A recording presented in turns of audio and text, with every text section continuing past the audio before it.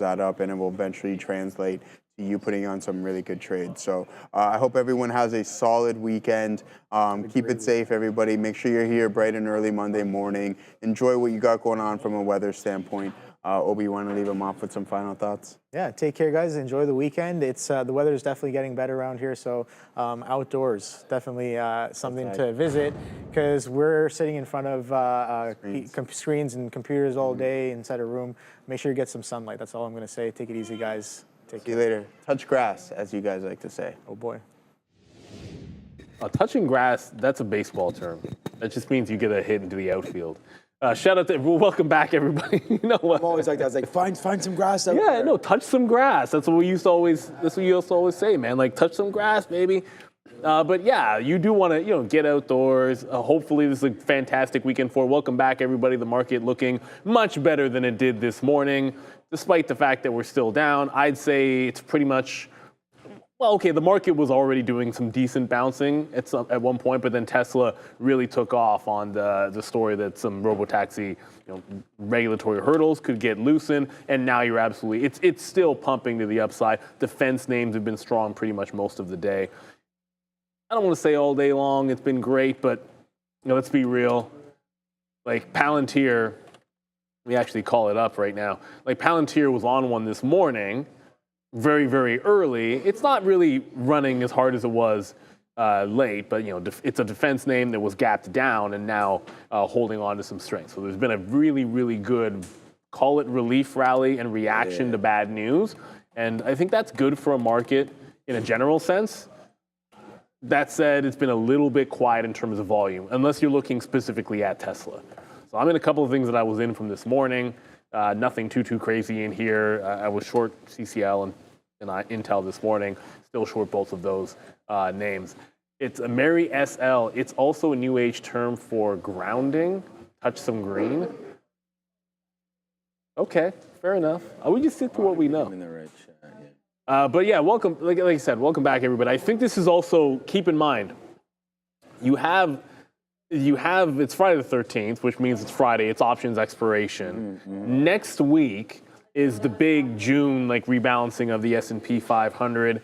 It is Father's Day this weekend. I would suspect that you might have maybe a little bit lower volume into this close. Because of Father's Day? Oh, because people are taking the long weekend? Yeah, I just think there'll be a few long weekends in there. There was so much activity this morning, I wouldn't be surprised. I think movement will be fine. I just think you might not, usually I'll say things like, I wouldn't take that because there's not enough volume. But volume's been light all afternoon despite some of the movement we've had. So I wouldn't be too surprised if you're not able to trade in some things that aren't doing relatively high volume in the afternoon. But yeah, for now, still feeling a little bit bearish. Unless you're looking specifically at Tesla and PLTR. Yeah, I was going to say the same thing about Tesla right here. What a great story there. Last Friday, what a difference this Friday is for the stock. As last Friday, we were in basically free-fall mode, and we didn't know if the relationship could get healed between Donald Trump and Elon Musk, and we found out that maybe it was never really hurt that bad after all.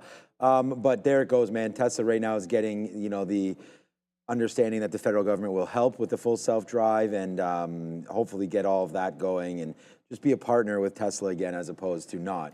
So there goes Tesla. We've been talking about it, and I even said this morning, but the only short might be 330, and that's right here, right now, and I don't know if I like the short anymore. We pick on the market and AMD. All right. No, it's just I'm just looking at the market coming back down in here.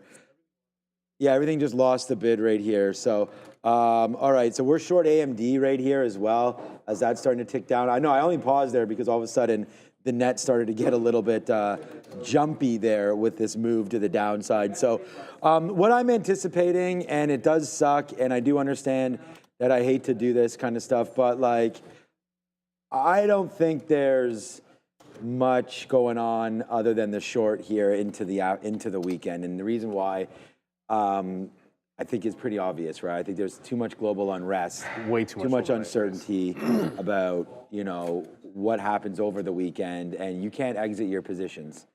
So if you had a big book or something like that, I just feel that it might be a good idea today. The Nasdaq's only down 0.7. I mean, I'm in it for the long run, and I'm even thinking like, okay, the Nasdaq isn't too far away from its all-time highs right now. You know, you're getting, I mean, if you just look at the QQQ, you're percentage points away, and you do possibly have, see, I mean, this is the all-time high right here, 541, right? We're at 530s right now. What a move all the way back up. We've seen how bad it can get when it gets bad, and now it's not bad. So, you know, it was a nice move up, and I don't want to think that, hey, just because all of the, are we still doing the rundown or we're not doing? Oh, we're doing it. Okay, I wasn't sure. I didn't even see you over there. Okay, Joe's going to be doing this. Okay, so we do this anyways, live? long story short, I just don't really think that. Nobody told me we do this live. Are we live right now? We're live? Oh, okay. I hope we look and sound okay. Oh, shoot. But no, all kidding aside, I just think that it's a sensitive issue, and the market probably reacting negatively here off of that. I do expect a downside play here into the afternoon. We're still short. I must get something out on the TQs as well. We still are short this, so we'll put some out right now, as this is the lowest we've gotten. So nice move to the downside right now. Here we go. Are you hearing that? Yeah. Yeah, so Israel's launched. Iran is now launched at Israel.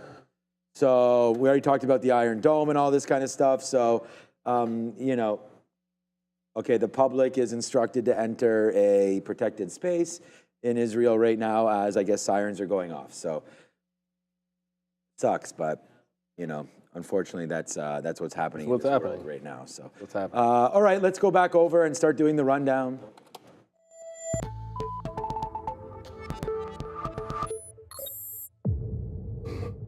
All right, guys, happy Friday, and welcome to the afternoon rundown, the segment where we talk about the stocks that you guys choose. Now we have that new method with Fabian coming in. This is going to get real interesting. But for now, on the docket, first up, we have Oracle here, guys. Some really strong cloud growth, and we've seen this in the likes of Microsoft as well, too, what happened with that stock when they beat analyst expectations.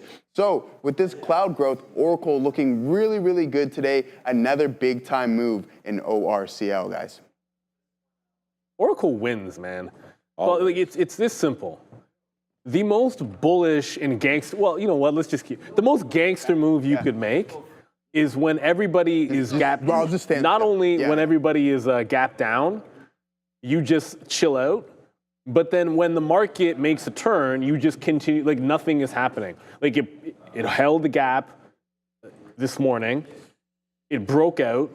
When the market's pulling back, it's essentially been, every time we get a market pullback, it's a consolidation. Actually, it's way easier to just show you what this is looking like. When the market pulls back, it runs. When the market pulls back, it consolidates. Oracle is doing its own thing. The growth is fantastic since earnings. This is a stock that, like, some people, you know, like, I'm not going to sit here pretending I've been buying up Oracle, any nonsense like that. It's one of the four horsemen, so most people have just been holding it for a very long time. But I don't think you sell a cent of this. No, I think this works, and this is never the fun thing to say, but it's the truth. When we have geopolitical conflict in this regard, and oil prices are going ham, you're worried about conflict in the Middle East. Truth of the matter is, this is exactly the type of growth vehicle that you feel okay sitting in, because how negatively are they really going to get affected by something like this in the short run?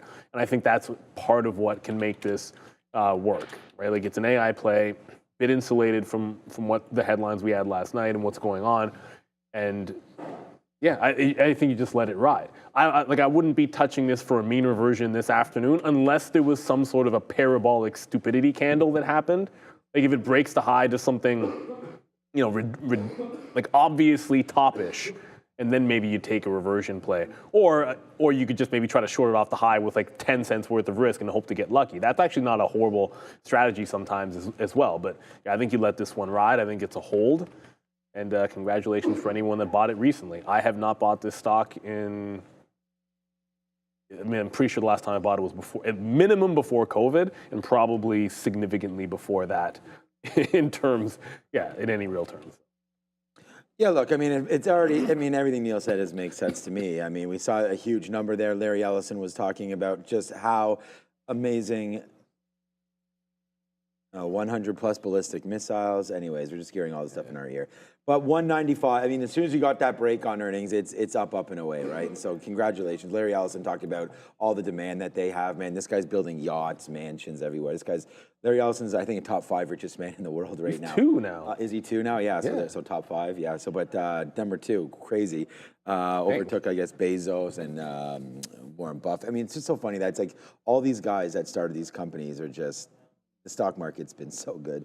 But anyways, there's the break, and it just continues to go. I think if you're going to be into anything, this is an AI play that helps server side, and that's what's needed, right? So, and the Oracle Cloud is actually, I think it was like on their earnings call, they said it was like half price than some of the other ones like Azure and AWS and things like that. So I don't know. It definitely seems to be working. I wouldn't short Oracle. My question is, would you?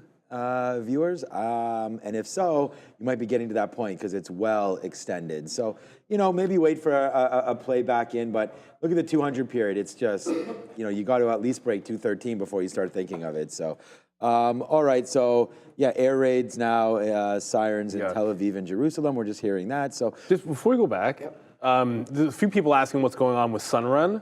I have not been able to specifically find a story for the solar names, but Sunrun's up 14% and still doing extended volume. Clearly something is going on. First Solar spiked at about the same time. So like the entire group looks like Sunrun just went the most.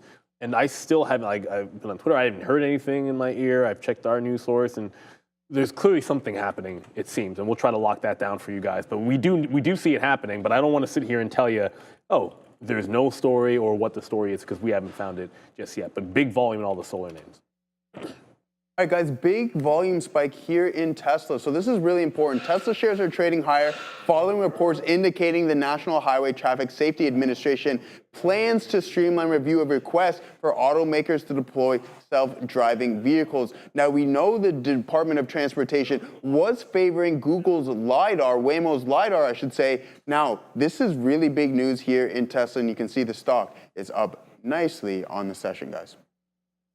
Yeah, I'm just, so for right now, I'm just letting people know that I'm starting to cover a lot of these futures plays on the TQs. We're at VWAP. I just took multiple covers. We are getting very, very light in all of these positions, man. Like this position, again, less than 5% left now. So this has been a good short. So I just wanted to bring that to everyone's attention before we talk about Tesla. So again, we know the story right there. Okay, I mean, just hearing in our ear again, like just Israel is just getting bombed right now. But there it is, 320, 330 breaking lower. That's probably a really great spot. We talked about 330 being one of those key levels, right? And so it looks like it's coming back in again right now. So there's where we touched out to 330, a couple days ago, actually on the 12th. And we got right back to that same high right there of 333. So I would say short, but I'm wondering if you already missed it because if everything's happening right now, I mean, we came on the show I guess 15 minutes ago, and I was like, I'm just going to try to go short, and then this happened. So I think if you're not short now, maybe wait a minute. But yeah, Tesla, a strong name, and I'd say you buy it at VWAP or the 200 period, but I can't say that with any confidence tonight, this afternoon. I think the best thing to do might be sit on your hands and take advantage of anything that winds up happening here. But yeah, downside play for sure for Tesla coming. It's here. But I don't want to go short this name. So if you're going to wait, you might as well wait for 332 or try to grab something. I would just use the 200 period if you like it. That's 325. But I feel like we're incoming, man. We're $1 here on the Qs and we're $1.50 here on AMD. So yeah, it's not getting any better, guys. No, there's not much to add. If you were going to short Tesla, this is where like the 330 area was where you were going to do it. I won't lie. Like I had it in my note that I would short it if it got up there, but then when it got there on news, I'm like, no, I'm not going to touch that because it felt like it was the strongest thing out there. And all of a sudden, we're falling down. Some of it might be headline driven as well, but I think Tesla should be fine with that in the long term. Sorry, yeah, in the long term. So at the end of the day, maybe this next little dip or consolidation could give you a buy opportunity. If we have any negativity that pulls you back into the 50 or 200, those seem like good zones there for Tesla. I saw in the chat someone speculating that maybe the solar names are up because it's like, oh, oil prices are higher, solar would go. That would make sense, except there was no reaction with the overnight drawdown, and like it's kind of a late push for them to do it. I get the logic from the long-term aspect, but it seems like if that's true, then why was nothing happening overnight and we getting such a late reaction? Like, wouldn't they have been breaking out earlier today too? And who knows? Again, it's a decent enough theory. Maybe some hedge funds need to start getting out. But I'll tell you one thing the hedge funds are in that they felt good about until maybe the last, I don't know, a few minutes. Nvidia. Yikes. We are really tanking. The market's really making a move down. We can go over to, let's go talk about Nvidia, but the market's making another leg down here now, down 1%. Quick here, guys. Nvidia, you've seen that they are removing the China guidance, but again, could be a total positive catalyst if the U.S. decides to lift some of these restrictions here, guys. Nvidia down almost 2% on the session.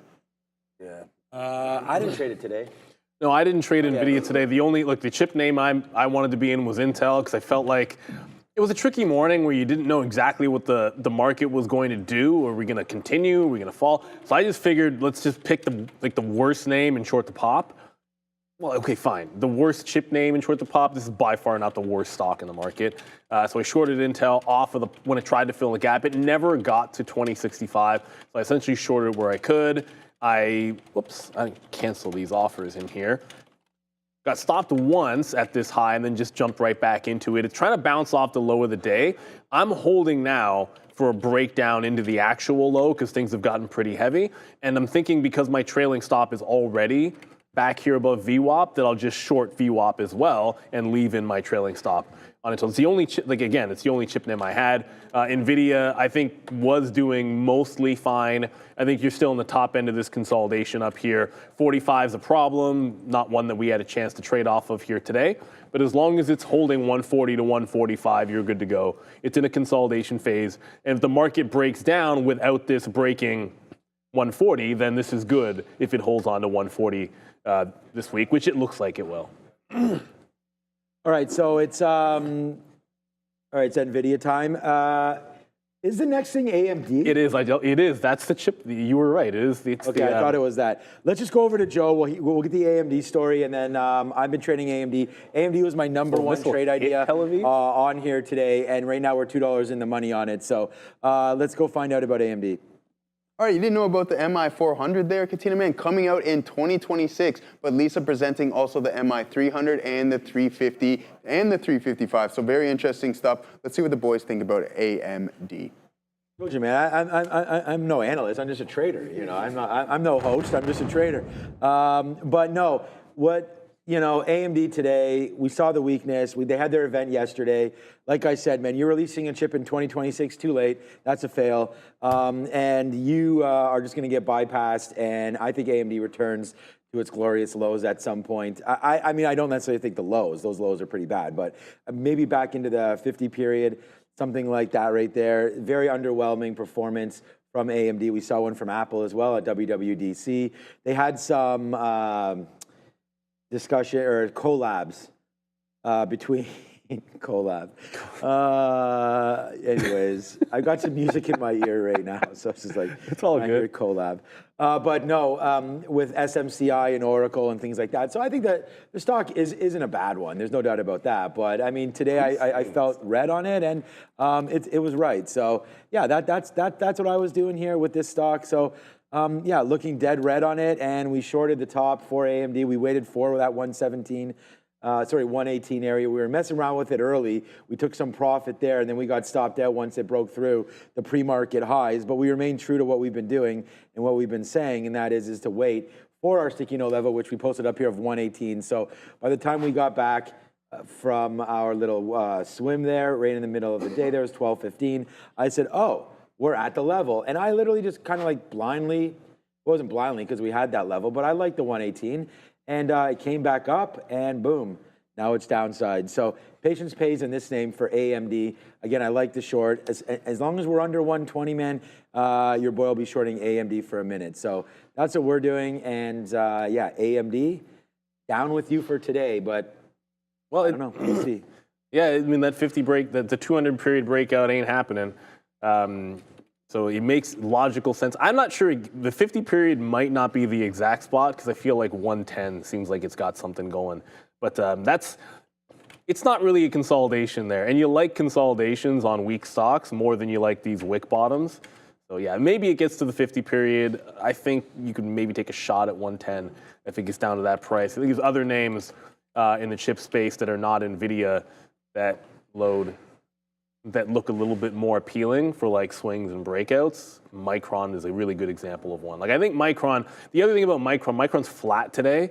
And again, I have nothing, I really have much to add on AMD, but this is a name that I didn't touch that looks really good. That prior wall high that was right around 115, 116, it's literally consolidating that level to end this week and doing nothing up top. So yeah, okay, fine, it's not breaking out the highs, but okay, the market just kind of failed at that high. It's going to end like Nvidia, but maybe even more extremely so, with a great recovery, holding the top end of its range, primed for a breakout next week. If there's any relief rally in this market, if there's any market strength, I should say, next week, then Micron's a breakout next week over this 117 resistance, and it looks great on the daily chart because of how long that resistance held.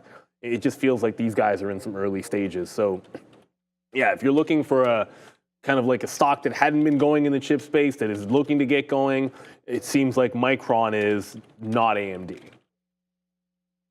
It is not, guys. And also, Bitcoin, the final one on the docket today, sliding on the tensions that are happening here in the Middle East. So you can see that Bitcoin is down about over 1.5% on the day, guys. What do you think about Bitcoin? Yeah, okay. We got it, Vern. We're going to change it. All right, I'll just say Neil changing it here.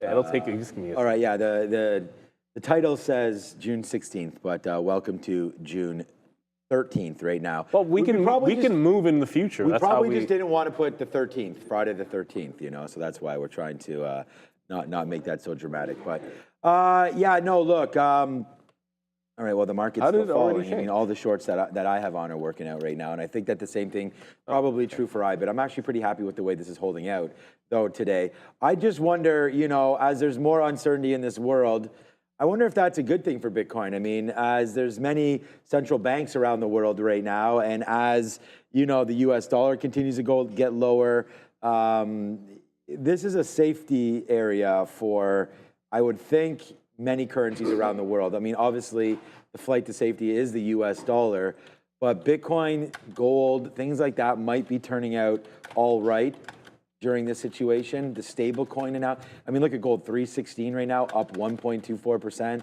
You know, this continues to go. This is actually breaking its highs right now-ish. Yeah, well, look at this breakout. I mean, we're here again right now on gold. So that's trying to go. So yeah, I mean, I like Bitcoin, I like gold, I like all these sort of.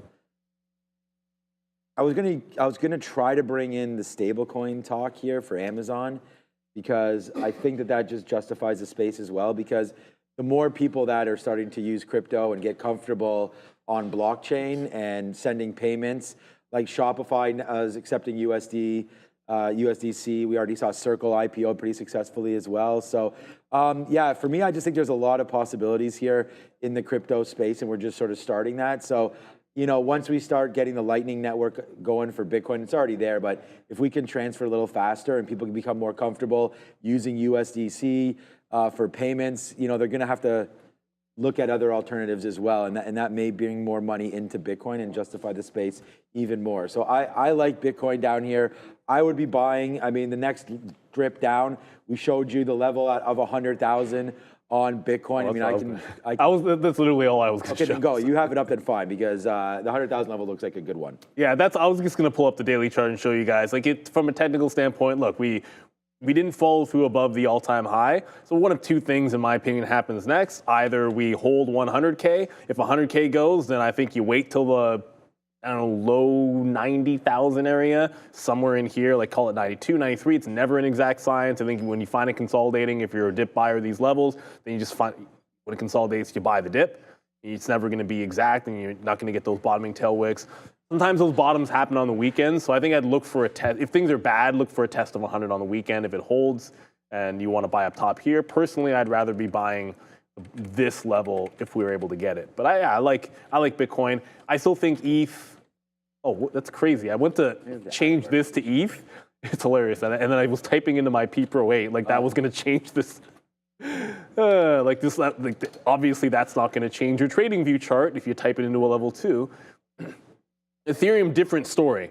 Hard rejection of 28,000 on what hasn't looked as good already. And again, some people were like all bullish and they're like, don't fade ETH. I'm like, I'm not fading Ethereum. I was talking about selling some of my own.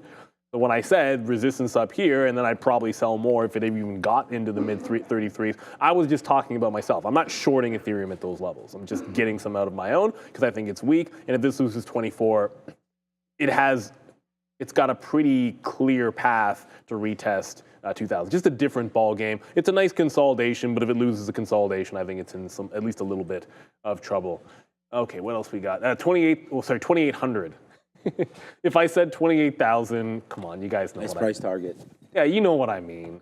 I speak all day long. Apparently, we do the show live. Someone told me just now. No, not yet. So those mistakes are going to get made every now and then. I think we go live next week. Next week? We're just testing out right now. Yeah. Oh, so this isn't even. We just added to our TQQ short, so let's get something. Okay. All right, Snappy. Here we go. Nice move to the downside right there. Starting to cover. Okay. Yeah. Maybe not appropriate to hit sirens these days, but there it goes, man. Right there to the downside, the market. So I was gonna say I'm short from up here, but that doesn't really do me much good when I'm almost out of the position. And if this market wants to bleed for the rest of the afternoon, like I've been calling, then not a bad opportunity now to get some more as we approach. We kind of got up to VWAP. I was going to wait to put a much bigger position if we ever got to said VWAP. It doesn't look like we're going to get there, but we still could. But there it is, man. We added to the position. So there, that's my position now, 73.47. So that's where we're at right now. All right, Iran's National Guard or something is going to have an announcement shortly. Revolutionary Guard, sorry. So I don't know what that means, but the response is on right now with Iran and Israel. And I heard in my ear, like, the Iran leader said that they're not going to let Israel get away with this. And the thing is, though, this Iron Dome, I mean, if they're just going to send drones and ballistic missiles, they're all going to get shut down. I mean, we've already seen that shot down. We've already seen that happen. So I'm not sure what the next stage is. And that's really the scary thought is what's coming next. Oh, my God. We just put on another position right here, and I mean, it's cracking lower and lower. So I feel good that at least the calls we're making are right. I don't feel good that we're going down because there's this happening in the world, but we're traders, and we're put on a show live eventually. And this one right here, nice move to the downside as there it goes, man. It's bleeding, and same as AMD, man. AMD is gone. So I'm gonna take another piece out right here. Just because it was what it is, and we will go over to Adara. Yeah, so here, apparently, Iran's Revolutionary Guards are going to be issuing an important announcement shortly. We also had a leader here from Iran saying that Israel's initiated a war. So here's Tesla. Let's pull up the market here. As we know, moving to the downside, as it seems like these tensions between these areas and within this region are escalating. Back to you. Yeah, the escalation, it's unfortunate. It's unfortunate, everybody, but it's just the reality that you're in.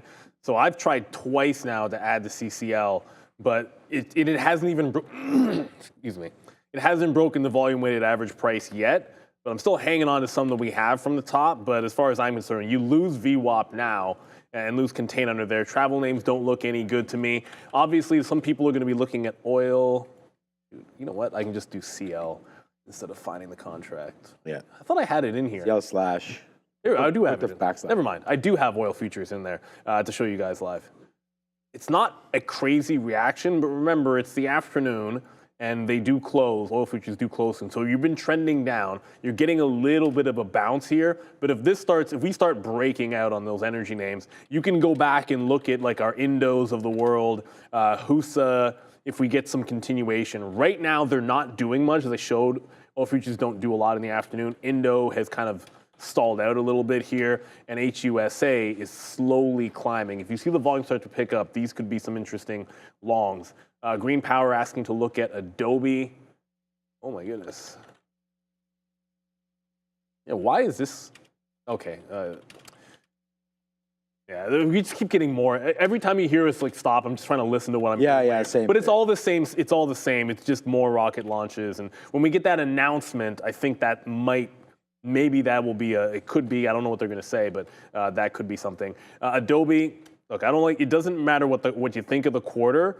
Somebody's selling 420 on Adobe, and the market wasn't pleased enough with this. It ended up bouncing off the 50-period moving average. So if you were looking for the longs, that was a place to be this morning.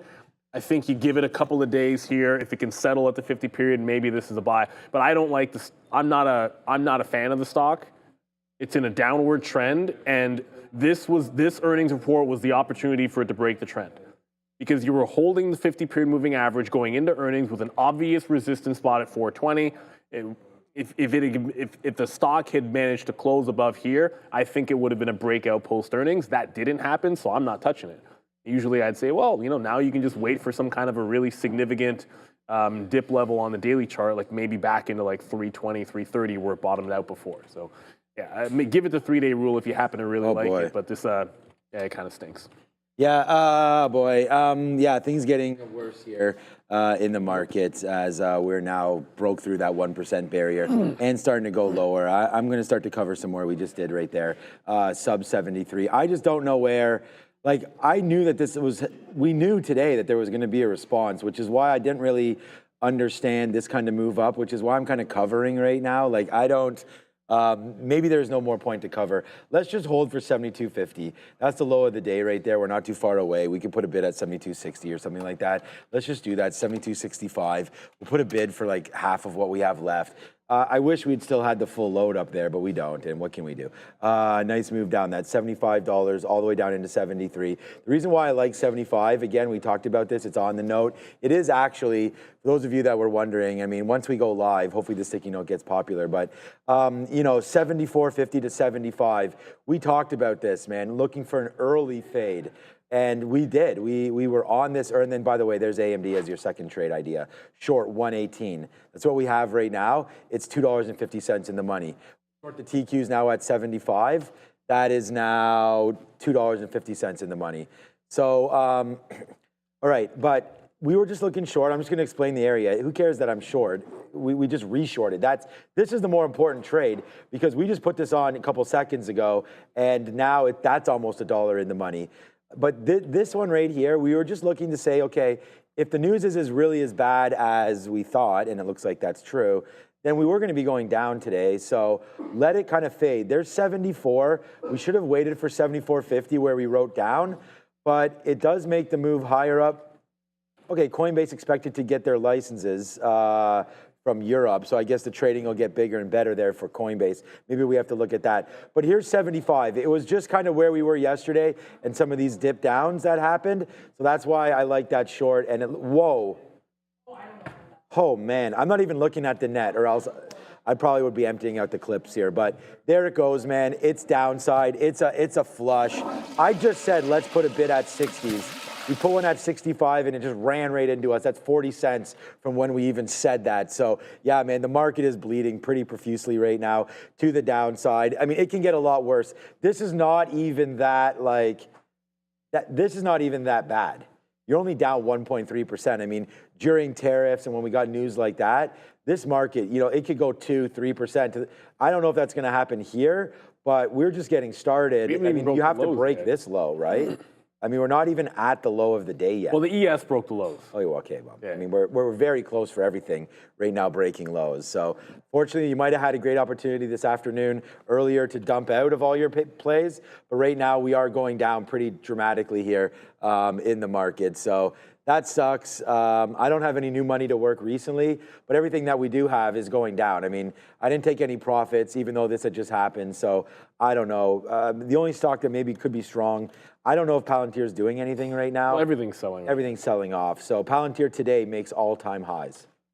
Well, okay, but that makes sense. It's a defense name. Mm-hmm. Like I looked over. I'm like, okay, well, is there a long to play in like Lockheed? Literally, no.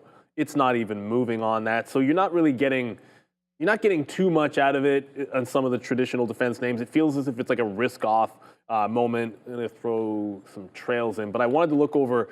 I felt like okay, well, if I missed the ad on CCL, oh, is there a chance on AL or maybe another travel name? They're pretty much at the lows of the day. So I want to let these bounce back up and try to maybe fade some pops. I saw someone just say, ask about that arrow. It's a weird question here, but I'll address it. YLK, is arrow open to trade after Monday? I mean, arrow's open right now. So if you, and I get it, there's possibly sometimes with IPOs, there might be a situation where your broker just doesn't have it in their system on the first day. So if that's the case, that's something you got to talk with your broker. Arrow was an IPO. I'll slap the proverbial fail because there's no executions on my chart. Whereas this time, if you just took the opening print, you literally couldn't have lost. Like you hit offer enter and it was halted up. And then if you hit offer enter when it opened the second time, it was halted again. And it did that for 4 halts. I said 3 earlier. It was 4 halts in a row to the upside before it actually came to the downside. But yeah, arrow is open. You can trade. I mean, you can trade it if your broker has it. We can trade it. I don't think I want to touch it this afternoon. It's not the most liquid in the world. And I feel like people are going to really like taking the notion of taking profits going into this weekend, regardless of the name. That said, this is defense related because they are an eVTOL name. That feels like they're in the right spot. I just wouldn't know how you value something which opened up at 12 with an issue of 10, went to $40, and is now kind of diddling in the middle here. I think I'd rather find a defense name that I feel more comfortable trying to trade this afternoon, but I haven't found one that looks that bullish. Yeah, I know. I'm like Palantir would make sense to me, but then like it's not, I don't know, like it's not really behaving as if it wants to be defensive yet. Yet is the key. I'm gonna get If we bounce off the lows, Palantir hasn't retested its higher low. So it's like if the market tries to hold a low, then Palantir mean reversion makes sense. But right now, it's just as bearish as everything else. listening. There's, I don't know. I guess there's some missiles, I guess, got through into Tel Aviv is what I'm hearing right now. So that's not good as they search for some rubble right now, apparently. That's not great. So we're going to, I mean, it's never great. It's not great that they hit Tehran. It's not great that they're hitting Tel Aviv. None of this is great. But everybody loses in a war, everybody man. loses in a war. The only people that win are big business, yeah. Yeah, and your warmongers and Yeah. Yep, exactly. So, yeah, more downside pressures happening right now. So stay tuned. I mean, again, if there's anything dramatic, I'm sure we'll hear it in our ear. I mean, if it's not dramatic enough right now. So, all right, I'm starting to cover. We did get the lows of the day again on the Nasdaq. So if you guys are interested, you can go follow. I've been posting up some of these. I got to get this. I just changed my profile pic. We're gonna have to get some more. I tweeted out that we just shorted. We've been shorting AMD. This is from the morning. This is from the morning. It's all the same. And then there's the note from today as well, right? So yeah, just alerts. If you want to look for something, that was yesterday's lunch. Actually, what was on today's was fish. It was fish. Sorry, I should have taken. But then it was tilapia. Yeah, we should have taken a picture. What's this? Oh, Jared Kushner. Oh God, like TMZ showing up here on my timer. I don't know. A birthday bash for Jared Kushner. I don't know who. Is that the situation? I don't even know who these guys are. Who is that dude? I have no idea. There it is. Jared Kushner is he's Trump's son-in-law. He is Ivanka's husband, and he was very, very involved in the first administration. We know who. Oh yeah, I'm curious who the idiot that was doing that. Very, who that guy very, was. very rich. No, it's all good. I just have no idea who that was. Anyways, yeah, we know. Thanks, Adair. We got that, but yeah, right now the market just continues to bleed down. So let's look at Coinbase. We just talked about. Let's see maybe something positive. We just heard. It's not even strong. Did you even look at it just a couple seconds ago? I did, and it was. Oh, you did. Okay, it was just weak like everything else. I was just trying to watch his futures trade. I mean, it's turning out to be a good one for sure. But yeah, I mean, again, getting some more licenses there. I thought it was maybe Amsterdam or I guess which would be Dutch, Brit. Okay, so second wave of missiles now hitting Tel Aviv, so that kind of sucks, and we already talked about that. So, you looked at maybe RTX, Raytheon, probably moving around on this, I would think, and like yeah, a little bit there, and some of the drone plays. What is a drone play? We did have Archer Aviation. RCAT. We could look there. RCAT, ACHR, I think is Archer. Right there. Low of the day. Yeah, they're down. Everything's down right now. Down 15% plus. What about some of the nuclear names? Oklo. And so far, yeah, Oklo. Come on, charts. Let's go. Let's Oak Glow. They're selling everything. It doesn't even Yeah, matter, so right? everything, the whole market right now getting pumped. And again, just glad there it is, man. We'll spin it because, you know, when we go live, maybe people will like these things. But now we're in $1. We just like at least this trade we took with you guys. Like I was telling you, I'm going short here against VWAP. Like there's a play that's short 73.40. VWAP is 73.70. So if you have risk in your account and you can hold 30 cents against you, now you're $1 plus in the money. So the good thing about this is I still have got 40% as we reach into, I hate it, like, but unfortunately here the gates have opened up here for the market. So there it goes. I'm going to bid out a little bit more right here in case there is just sort of, this is a reaction, of course, to what we've been saying. You know, hopefully it's not worse and it's better than what we've been talking about. But for right now, the market's definitely reacting. Yeah, you could long the VIX or something. The south side. Yeah, maybe the VIX might be good. You could, UVIXY, we could trade here. Oh, you're already on that. And then look at what I said about Tesla. You know, we were looking for some levels on that. And I was like, honestly, I'm not sure we can find one. But there's VWAP. No idea what that has to do with weed or anything like that. But I just reached out and pushed a button, man. But there it goes, right into 323. Like that VWAP bounce has been really great. That's almost $2 up from a level that, again, we at least looked at it and talked about it there. And I'm just glad that we just mentioned, like, we would not touch this until VWAP. So if you did take some of that being worth something, then at least you didn't get long during all of this. And then there's your first spot. Remember, the trend changing indicator is the 50-period moving average. So as soon as we break that, in my mind, I'm looking short. Then you got to say, okay, normally, wow, I just got another low tick there on the Nasdaq. Then the 200 period would be normally where I would start to buy, you know, thinking that, okay, it's oversold or overbought, whatever level, in this situation, oversold, and start to buy there. But you know, today, I'm not sure there is an oversold level. So that's why I was thinking, if you were going to do anything, at least line it up with something. And there's VWAP, and there's the level there, 323, and there's VWAP. So it's bouncing still. But I'd be like, if you just took that dollar, good for you. Take it and get the heck out of here, because I'm not sure you even want to be holding this. There's still an hour, 15 minutes left in this market. So things not getting better, it seems like. Micron's been Palantir's holding right now. 130. So that's the other name, right? I was going to say, like, let's look for some strong names. It's a defense name. Yeah, so it's like, Micron only down 0.8. I like Micron, but I think I'm like Micron next week a little better. I think maybe. They're reporting? Why next? No, because look, the way the market is selling off right now, like Micron, typically speaking, it's a pretty cyclical stock. So, you know, it tends to sometimes listen to what the overall market is doing. I just feel like the thing about Palantir is it's like we're talking about a defense name here. And so if something's going to bounce, it has two reasons to do so. One, it can bounce because the futures hold a low. And then two, it can bounce because it's a defense name, which unfortunately gets more business in this environment. Let's just be real about it. And it's not, look, it's not fun to say. It's just the truth. And that's what it's about here. So I'm looking for this to break the trend. It's already holding around this 137 with a local bottom of 136.85 or 84, whatever, it's off by a penny. So if we can hold this, if it can break this trend, I'd look for a reversion to the upside on Palantir. Apple could be interesting if you like that bottom from earlier at 196. If it got to 116, I think you load the boat on Apple. It's not going to anytime soon. No, I accidentally said 116. But 196, it's held this morning. It's holding again. If it can break that out, I think you get a bit of a play back into the volume-weighted average price. Chris L., Netflix is holding well. Yeah, that makes some sense to me. We don't really trade much Netflix here. It's just some of it has to do, like, I know Adara does. It's not the best volume name.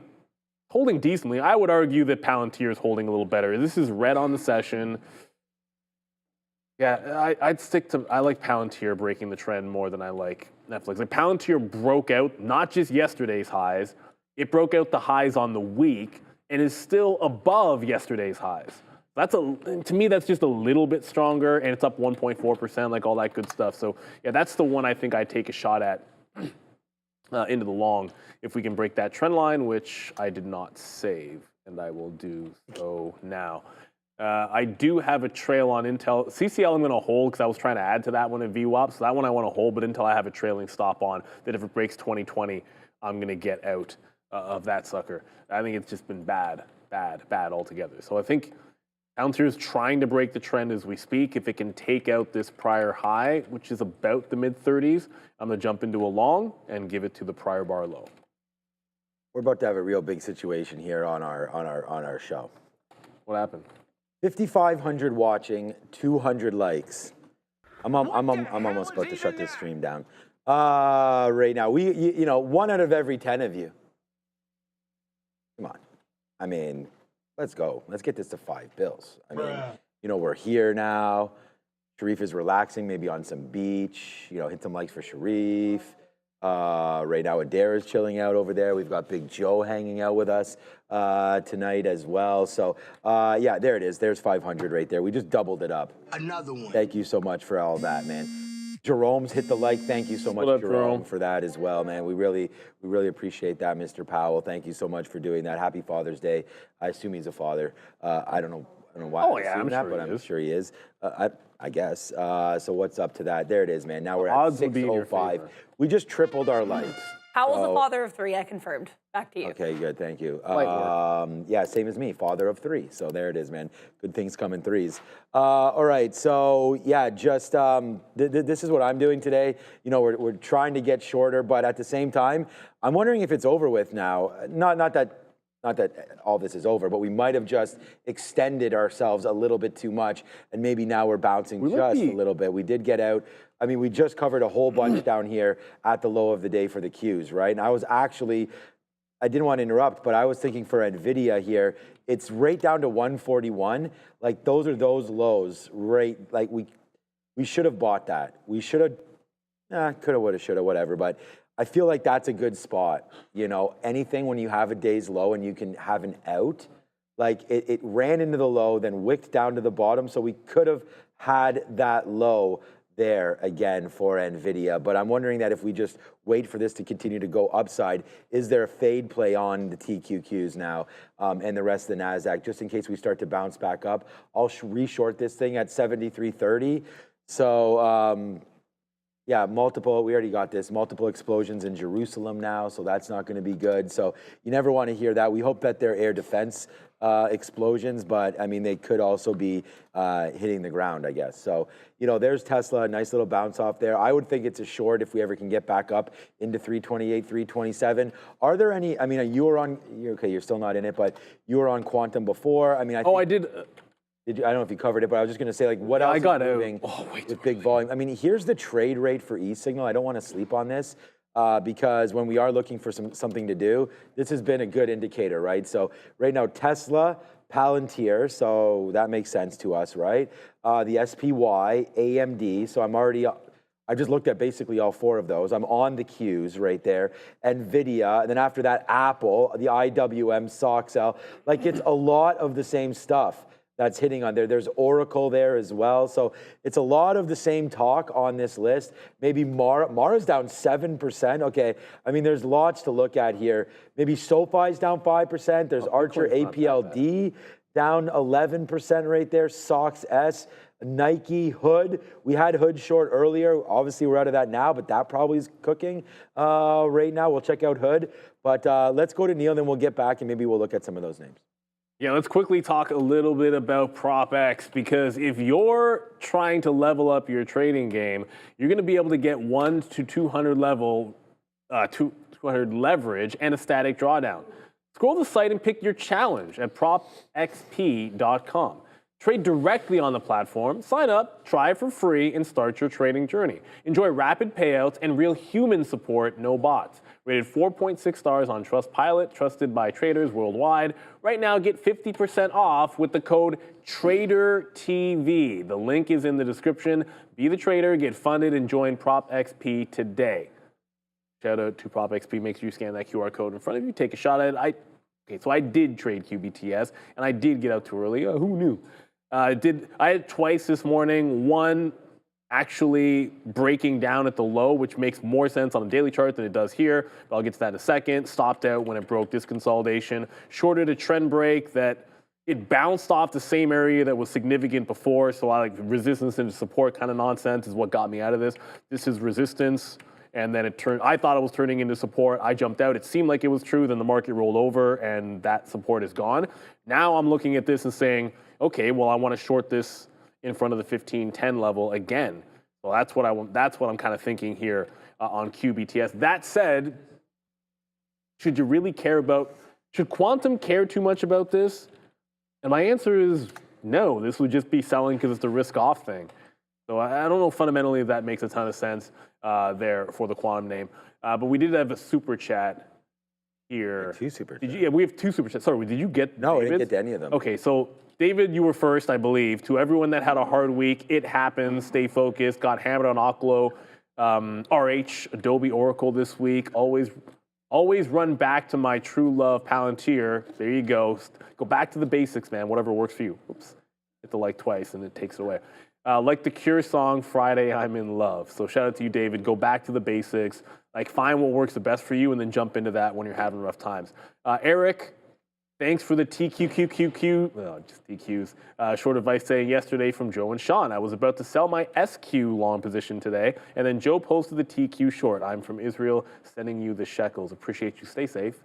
That's all we hope for anybody is, right now. Hey, I mean, health. Health to you and yours is pretty much the most important thing out there for everybody. So stay safe. Congratulations to you and a good look there. For short. So I'm going to back away from my normal instinct, which would be like, hey, short this level. But I'd rather, on a bounce, I'd rather short things that I feel should be risk off over the weekend. Travel makes a lot of sense to me. I can't see why fundamentally, if you've been selling off on QBTS all day long, I don't think Quantum cares about geopolitical headline risk. That doesn't make any sense to me at all. So I'll stay away from what seems like a good technical short in QBTS. Palantir's broken trend. All right, it just got to VWAP, and let me zoom it in here. It just got to VWAP, and this is like the third wick that has the exact same termination point, 137.65. So I got some out. I think the reload has got to be closer to 137 and maybe those quarters than what I was getting before. So I'm going to try and get something a little closer to our exit point. If we start rejecting just above VWAP, then I want the consolidation to work back into 137, even more so than the price I have now. So Palantir, that makes some logical sense why it would go up, so we'll stick with that. And Yazzer, you're not the first person to ask about Sunrun.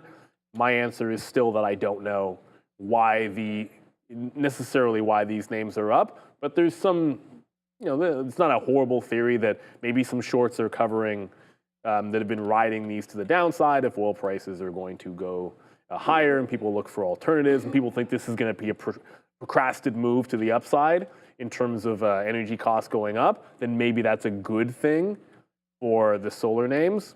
The only thorn I would put in that, which is why I'm not necessarily believing it, is if that was true, then why weren't they moving overnight? I can't make sense of that. They should, if that was going to be the truth, then why was nobody covering until really, really later on in the day? Yeah, no, I feel like this is going to be an interesting last hour here, but yeah, that too. I don't, I just covered pretty much everything now. If we break through, we talked about a trend change. We may be going long on AMD right here if we break this. So I don't know, I don't think that's a horrible play at all to go long down here. So 115.70. On AMD, I mean, my stop was 118.20 on this trade. We're $2 in the money. I think we could maybe retrace a little bit backside right now. So if we print a 71, let's just get out of everything that we have, and then we can reassess this as we go on AMD. And kind of the same thing here with the futures. We break above 73, let's just get out, and then we'll relook at this one again. So I'm just going to put the stop orders in for all of these trades, and then hopefully they don't trigger. But if they do trigger, then we'll stop out and see if there's any momentum. But the future, there we go, just got out of AMD. I might just go long AMD because the future still have some work to do here. I'm gonna go long AMD right now. This could be a problem for me, but we're gonna try it on the break higher. So now we're long AMD. I don't wanna give this one too much room. That bottom right there is 40s. I think that might be reasonable to get out. So let's just do that, 115.39. I'm just going to get out of 100%. I'm not going to try to like dance around the issues here. If it rips up, great. We just talked about it. We got out at 115.70 out of our last bit. I mean, the short is right here. We had less than 5% left, so we'll take that out. Good out. We don't have the very bottom, but whatever. That's not never going to be the case, really. And here goes AMD, man. We just went long a little bit there. Let's take something out. Let's take out 15% right now at 84. Let's take out another 15%. Let's take out another 10% at 90 if we get there, and then we'll take out another 10% at 98, leaving us with about 70% or so. But here we go, man. What a call. I mean, what a call. Let's fire off the hot dog cannon right there. We made that call. We got out, and now we're sort of cruising with this trade. So now let's wait to see. Oh, there goes our TQs as well, breaking through 73. So now we are out of that one. And AMD, good reversal, man. We're adding to our net here on a move a little higher. So let's give it a second, see if it wants to work out. It may not. But as I just mentioned to you, we're only out of 15% there. We have another little tranche of 10% at 90, then another one at 116. So maybe we go out, maybe we don't. But it looks like the market's falling a little bit more now. There's the TQQs. We could have used the 50 period to get more short. So that's the other flip side of the trade. I just was thinking with momentum coming from the bottom, maybe we break and take. But we only had 5% left of both of these trades. So bad out, it looks like, on the TQs, and maybe a bad long, but our risk is already defined. I'm in 1 unit. Up here we had 4 units, so we're going pretty light onto this trade right now with AMD, but I still don't mind it. We're long, remember, at 74. It's in the money. Hopefully it can go up a little bit longer than that, than where we are right now. We can check out gold. I mean, gold's been a safe haven for this rally, and you can see right now, nice move down for GLD. So as the market sort of retraces upside, you do have a pullback now in gold. So probably the same thing in CL. So let's go over, like Neil, I always forget it's N, it's K. No, where's July is N. CL /N. Is this a forward slash or a backslash when it goes this way? I think that's. What is this? What is this slash? This way. See, like I always. Left to right. Top. I always think bottom. you read left to right. I think this is a. Now that I look at this, I think this is a backslash. What do people? Well, it's going down left to right. Right. So it's back, and if it's going up, yeah. I don't know. You know what? I don't know. I was waiting for people in the chat to yeah, this is back. Okay, back. Yeah, but like it's all a matter. It's a matter of perspective. It's which way you're reading it. Like lean back, lean back. You know, yeah. Like Obi-Wan says, like it's all dependent on your point of view. Yeah, it's okay, but this is a backslash. Anyways, I'm just playing around. So oil right now up 8% and giving a little bit back here, but still not giving much back at all. Like you're talking about 20 cents. We just moved from that bottom, that 72.80, all the way to 73.80. So in the last half hour, we went up $1 in oil.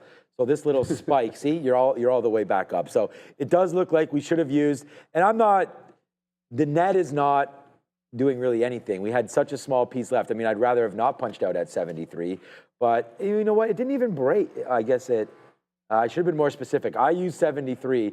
The real out should have been 73.05, or else I probably would still be in this name. But anyways, not much effect happening right now to the net other than this AMD trade, because we did put a little bit back on there and we're out of a bit. I'm going to take another opportunity to get some out here. Okay, we just took a 70 fill there. So we're out a little bit there on 70, another 10%. So we're going to wait. What? Okay, we're gonna wait to see if there's anything else happening here. But I just took out another little piece there of AMD. Remember, we are going to get out if it does break back below, but we'll get out for 4-cent hit there, another 10%. So right now we only have 75% left, as we got 15% out at 80 something right there. So that was a good trade, and then another 10% out for a 4-cent hit. So let's wait to see if it gets going down. All stocks, what's up, Eduardo? All stocks are, first of all, you got to hit the like button and subscribe to become a member here and participate in the chat. All stocks are either on view, up, or at major support levels. If this breaks, it can get dirty. Yeah, I know. That's why I'm thinking, like, Probably should have reloaded the short at the 50 period if that's really what we were thinking. But we'll learn from our lessons and get better, right? I mean, I just thought that there was a potential relief rally now just because of how far we've come down. But again, we've seen the market get real nasty real quick. So I'm just going to get at another piece here at 77s, and then there it is. So yeah, I'm just kind of rethinking the long, really, at this point. But I can tell you, like, it's weird. There was a moment the market came down. So this is going to be strange. I'll tell you a second. Like, the market came down, and I got the consolidation short in CCL, which is a little bit confusing because that doesn't make a ton of sense to me. And all I did, my trailing stop, I've said this before, I had a trailing stop in this consolidation level. Palantir is working to the upside, but I want to explain the reload.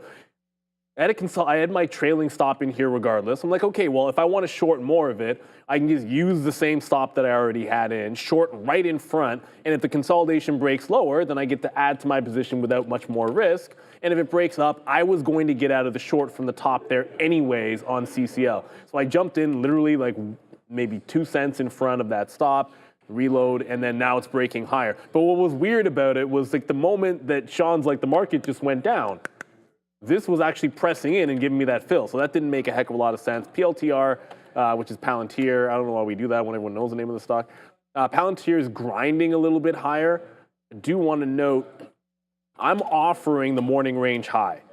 Just from a standpoint of, if I think people are risk off over the weekend, I get it, this is still a defense type of name. I like that it broke the trend, but I like to play that into a resistance level. And that's the 138.5. That was the morning high. That's where there's been a wath of selling. For the most part, when it finally broke out, like, it still had gravity towards it. So I think that's the target for me on Palantir. If we do get it, I cocked myself out of QBTS, and I think it makes, thank goodness we did, because it's still going up. Like, it bounces off of this buy zone at 14.9 and it hasn't had a red candle since. So nobody seems to be selling their quantum. Or, well, they're not anymore. The stock's down 4% today. But it seems like it's made a pretty solid bounce. I don't see why it couldn't trend at least back up to 15.5. It's weird. Like, the market's actually heading right back in. I'm not wondering if I shouldn't re-enter the short in CCL, or maybe I can catch AAL or something like that. But yeah, quantum names, or at least this one, looking relatively strong in the short run here. Kind of a program buy going on in QBTS for whatever reason, and bucking the trend of the market. If there's a dip and hold into VWAP, I would like that as continuation. But if I short something, I kind of want to go back to a travel name, because if I got wicked out of CCL, I don't mind jumping right back in. We actually got somewhat lucky there. We'll go bang on. Well, I mean, luck. I don't think it's luck, but when we were calling these prices, but yeah. So we got out. Our first area there was 85s. That's another 80. That's a 90. So we're able to at least get that out. We have now 60% left. So I was planning to only have 70% left, but we took it out right there at 80 when it ripped back up there, because I am starting to rethink all of this. Let's check out Amazon. Amazon, again, a name that I'm relatively long in. We're very long in Amazon right now. And we had bought sort of on the 200 break. We had sort of talked about that when it dipped into 200. It just didn't do that today, did it? I don't know what that's a couple days ago. I don't remember Amazon getting down. Oh yeah, okay. I was gonna say I don't remember Amazon getting that low. No, it didn't. Yeah. So what is that? That never happened. A bad quote there for us. That for some reason should be parsed out. I could take that. That's not even an overnight either. I could take it out right now. That's not. Let me see how low this thing goes. Data editor for yeah, $200. It says it went to $200.63. I'm just gonna put 213.15. What's up, Fabian? Right there. So that should fix it. What night was that? No, hold on a second. Oh, it's because I didn't fix this. 213.05, the low. If I fix this, it should fix 213.05. I'm just making up lows and highs here. There it goes. Now it's gone. Oh no. Oh, it's still gonna show. Anyways, whatever. I don't know how to fix it anymore. But anyways, I like Amazon here. I think the stable. Oh, by the way, there goes AMD again. That seems like a good. Okay. There we go. Here we go. We're starting to get back upside right now for AMD. But anyways, let's leave that. You guys know I'm getting some out at 116 if it does come in.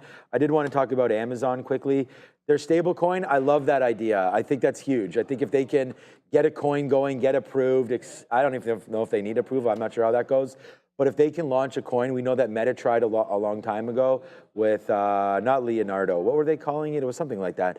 But yeah, it was a goofy name. If they can get that going and then offer some incentives to like pay in their coin to withstand the fees from somebody like a Visa, because I'm a client of Visa and I spend thousands a month, I feel like, probably not far off, maybe 1,000 at least, on Amazon, you know, and that's 2%, you know, going. And I'm not sure how much Amazon charges Visa or Visa charges Amazon for those fees. But yeah, if they could do that, then they can offer better pricing to customers. If I use Amazon stablecoin, I'll use Amazon. Like I will just buy $5,000 worth of like a gift card and just have it sit on Amazon's server there, and then every time we check out, just take away from. I wouldn't buy $5,000 worth of it, but you get what I'm saying. You know, whatever we're dealing with, I would save that 5% or whatever Amazon's going to do for you.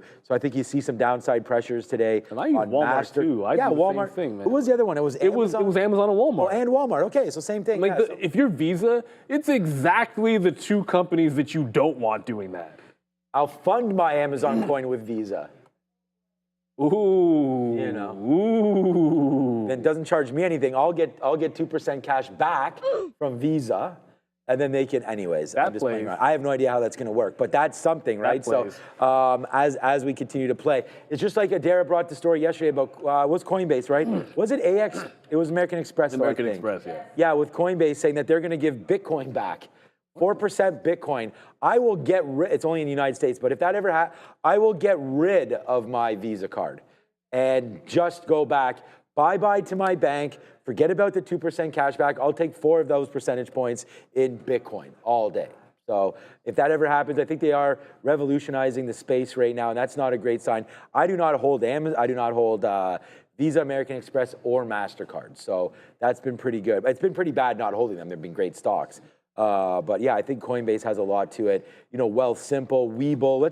I mean, oh my God, I don't even want to check out Bull. By the way, there it is, man. It's right back where 25 cents on AMD. Oh, it's right. Okay, here it is. Oh wow. All right, well, I'm long at 11. It's exactly where it bounced before. It's just trying to hold that $10 level. So my next buy is like going to be between like $8 and $9. You know what? Down there. You know what actually bugs me about this whole sample thing is if you like XLF like I do, well then big holdings in XLF are all the major credit card companies, but not these crypto names that would get the benefit from it. Get the hell out of that. So suddenly it's like, oh, well, that kind of news makes me rethink how much XLF I want to hold relative to crypto. That's something that I would adjust. So I'm almost at target here on Palantir, which is now holding trend. So it just broke this prior high at 138. Breaks the trend, get out. 138.5 is where we're trying to go. I see Peter saying RCAT's going up, so maybe there are some defense names also going with it. That makes some sense to me. RCAT. There you go. RCAT's kind of slowly grinding higher, but Palantir, that's just been a relatively strong stock. By the way, Tesla also grinding higher. Look at bouncing off VWAP and might get back to that 330 level. So strong move here in Tesla, strong move in bounce in the market, strong solid move here in Palantir. I'm just looking to grab that buck. We're in a power hour, but I'm not sure how much we sustain this. I still sort of feel like risk off over the weekend is an overall theme. So I think it's a scalp trade for the long trade for myself. Adara? Yeah, whole market kind of bouncing here, but these defense plays could be moving a little bit here because we actually have more confirmation from Iran that there are some missiles here. Apparently, they've confirmed a third wave of missiles launching towards Iran and Tehran, which is, of course, the capital of Iran, describing this as hard retaliation operation, which has begun. So, yeah, I mean, market really not caring here, but that could explain some strength in defense, guys. Back to you. Like the XLF is going to have to make some adjustments. I think with that kind of if that happens, it's in their whatever constitution or whatever for. What you can do is you can change. They can change their weighting. Weightings can get changed. How that works. At least for myself, I just know that when I look at that and see that XLF is 15% Visa and MasterCard, and I think that's bad.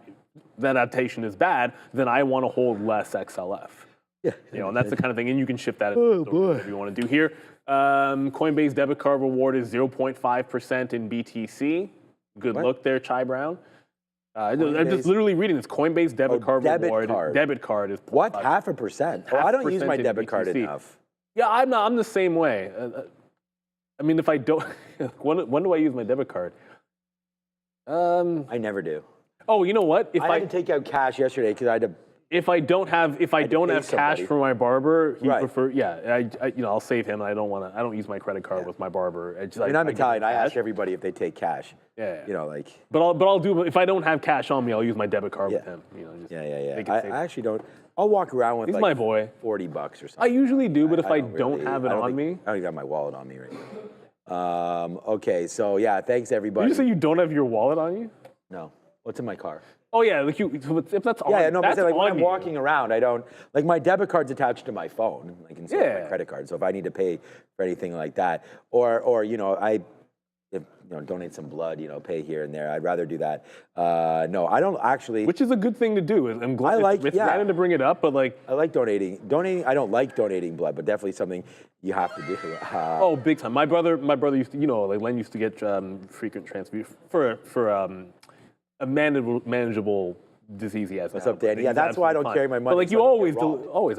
No, I don't. Like I think you always have to. You want to have your wallet with you. You know what I'm saying? Like I'm not trying to not have my ID in a certain situation, but nobody cares about cash anymore. I went to go pay my babysitter and my wife was out of town. And I'm like, oh crap! I'm supposed to pay you, and I was like, shoot, like they'll take Bitcoin. I have nothing, and she's like, oh well, you can always just email transfer. Like, I went to the bakery the other day and I asked this old Italian guy. He was like 80 years old. We were getting some croissants or something, and I asked him if he took Bitcoin. He laughed. That was pretty funny there.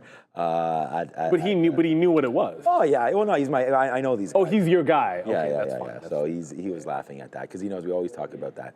Blood plasma pays more. I don't know. We donate around here. We don't get paid. In Canada, at least, we don't get paid to donate blood. You do it because it's the right thing to do. But we don't get you. I don't think. No, I don't. I don't think you can. Here. Not that I'm aware. Blood donor clinic. I'm not aware of you being able to get paid. Here, it's kind of actually. I'm pretty sensitive. But I don't know that. I don't know if that's that's 100% true. I just know that I've never been paid to do it. Yeah. If you get paid, then someone didn't tell me, and I don't try to get paid doing it. I do like to pay for things in cash. Don't get me wrong. Okay, so AMD had a good move, man. I mean, we just broke through 116. Looks like it's working. I know Palantir's working as well. Crypto's working right now as we just joke about paying in crypto. But yeah, that's working back up to the 200 period as well. So there's that trend change right there. Once we broke again back to the upside, but it's not always the case. Like there's a break there. So if you got long here, you would have lost. It's not a perfect storm, any of these indicators, right? That's why I actually don't put that much weight, to be honest with you, in these indicators. It is more about, like, for me anyways, the macro ideas and, just to go short. Like, that's why we wrote down AMD. We did all this kind of stuff, and we went short based on, key levels, support and resistance, less than some of these, levels that we have marked down right there. Oh, I did talk about Robinhood quickly as we talked about new finance and whatnot. I was short early on Robinhood and it did not work, so we lost on Robinhood. Stock's a beast. Still at $73, still a good level. And like I said, if you're really, really nervous about your portfolio, I mean, you could sell some of these good names. Robinhood's still up, Oracle's still up, Palantir is up, or maybe not up on the day, but holding up pretty well. The Nasdaq is holding up pretty well, only 1.2. The ES only 1.1. Like this is not the day that I feel like maybe we're making it seem to be. It's not that bad. But look at Robinhood. It goes right back up into, again, these are the trades that I'm trying to make. Okay, AMD is now going. So whenever I see like a little bit of a change in the old net there, I get a little excited, as you can see. So there's AMD. I didn't have any offers, so we do have to take something. So I just took a 116.10 there on AMD. My next offer is at 116.30, which is where VWAP is. I'm going to pat myself and give it the old good job there, because reversing into the long there, I thought it was a little risky to do that, and it definitely it was. And we did take out something for flattish. We told you that when we had first got into it, but now it's starting to work. Give it time, man. You still have 45 minutes to go. I'm only in, though, now 35% of this trade. I think I've been doing a good job letting you guys know of where we're getting in and out, okay? So as we go, there's going to be more talk about Israel and Iran, so you're just going to have to get used to that in this market and coming come Monday. I don't know where this market's going to be. There you go. Another one. Nailed the other one right there. Was a good idea. I hope some of you took it. I didn't. Obviously, we're on AMD, which is now 50 cents in the money, on a good position. I told you we had one unit on AMD, which isn't that many shares, but it's a good trade as we go back up to the upside. See, so I'm waiting for 30s for AMD. Do we just wait for that, or do I take it out right now? I take it out right now. There it is. We take it out at 26. We cancel our 30s. So there it is. We got a 26 there. We put that out. Now we only have 25% left. So, okay, Netanyahu saying that they've taken out a large portion of Iran's nuclear facilities. So, whatever that means, I take him at his word, I guess. I don't know. Well, in theory, it should. A large portion. Yeah, like that was, I guess that was like what the mission was. So, I don't know if that can possibly mean that there's a chance at de-escalation, but that's not gonna happen because De-escalate. This would make it worse. Well, but the Iranians have already reacted to that. So, like, you know what I mean? Like, they've already fired back. So it's like at some point, thing is, no one's we already used the word. like nobody's stopped going back and forth. So they're just confirming something we already knew. Iran has already reacted to that today, and we'll see what Israel's reaction is going to be over the weekend. Like, I feel like I still feel like it's a kind of a risk-off thing. So I have a trail. It's trend in, trend out on Palantir. Like, it trended in, broke the trend to get in. And now I've got this trend to get out, which right now would be 113.10-ish, this prior bar. We jump out of the trade. Crap Stock thinks it's going to be prolonged. I don't necessarily disagree. And that logic about First Solar and the solar names, I get why that could be the case. Maybe that is, maybe it isn't. But yeah, I think this is going to be maybe a spot where you try to figure out the types of stocks that are going to be the most affected by this and the ones that have themes that can work regardless. I'm interested in the fact that where QBTS started to bounce from and how the buyers started to come back into this. I think quantum, in a general sense, it's exactly the type of technology that it just doesn't matter if they're making breakthroughs there. This is just going to win. And today, this bounced pretty much exactly where you wanted to see it bounce. As long as this holds on to 1475, and the buyers keep defending it, I think you got a nice constructive zone here. Underneath that, I think it's a flat bottom break. I talked about that this morning. But quantum looking, well, the QBTS looking good. I didn't look at all the names, so I can't really talk about the entire sector because really QBTS is the only one I looked at. What is Rigetti doing? Maybe it's holding some good lows as well. It broke the low today, but still holding on to its 11 support. Not nearly as strong as QBTS. I think D-Wave, they were the ones that had the good growth on earnings and have been getting the most juice lately. So if I was picking a name in the quantum space for continuation next week, I mean, it's long in front of 1475 on QBTS. That's despite the fact that I only shorted this thing twice today. But it was actually a better long if you longed the bottom here in front of, just underneath the 15 level. Yeah, it looks like we might get trailed out on Palantir, but I think that's kind of the plan. Scalp trade the longs if you can. And if this breaks the trend, like I said, it's underneath 138.10. That's the prior bar. Once it breaks that prior bar, I'm out of this thing. Yeah, good. Frank drives. I'm not sure where this is coming from, but the market is not closed, would not be closed on Monday. Monday. Yeah, the only time I'm like. There's Thursday. That might be the confusion, I guess. I don't know what Thursday, the confusion might be. For Juneteenth? Yeah, it's Juneteenth on Thursday, but no, there's nothing. Yeah, next week there is a holiday. It's Juneteenth, but yeah, Thursday. Yeah. Yeah, so next Thursday we won't be here, but... Oh, someone asked if it was. Canadian market's open, a European market's open, every market open except for the United States. So, yeah, happy early Juneteenth. And we'll be talking about that on Wednesday, so make sure that you do join us, of course, next week for a full week of trade, and then we will take off of course, Thursday. Oh, you got me confused already. Okay, so that's what we're doing there. Yeah, same kind of thing here, man. We're getting lighter and lighter on AMD as we go to that side of things. So, all right, Dara's got some more stories. It's actually not geopolitical here either. This is Boeing bouncing. I mean, this one kind of has done quite the move today, and right now bouncing a little bit. Apparently, the company is said to be delivering its first jet to China in, I guess, a bit of a reprieve here from tariff wars. We know that initially China had said they were telling airlines not to accept these Boeings. Looks like now they are, but this is not the first headline of this kind that we've heard. BA already giving back some of that push, guys. Back to you. Oh, come on, Boeing, find a bit. So I just got trailed out of Palantir there as it finally broke the prior bar.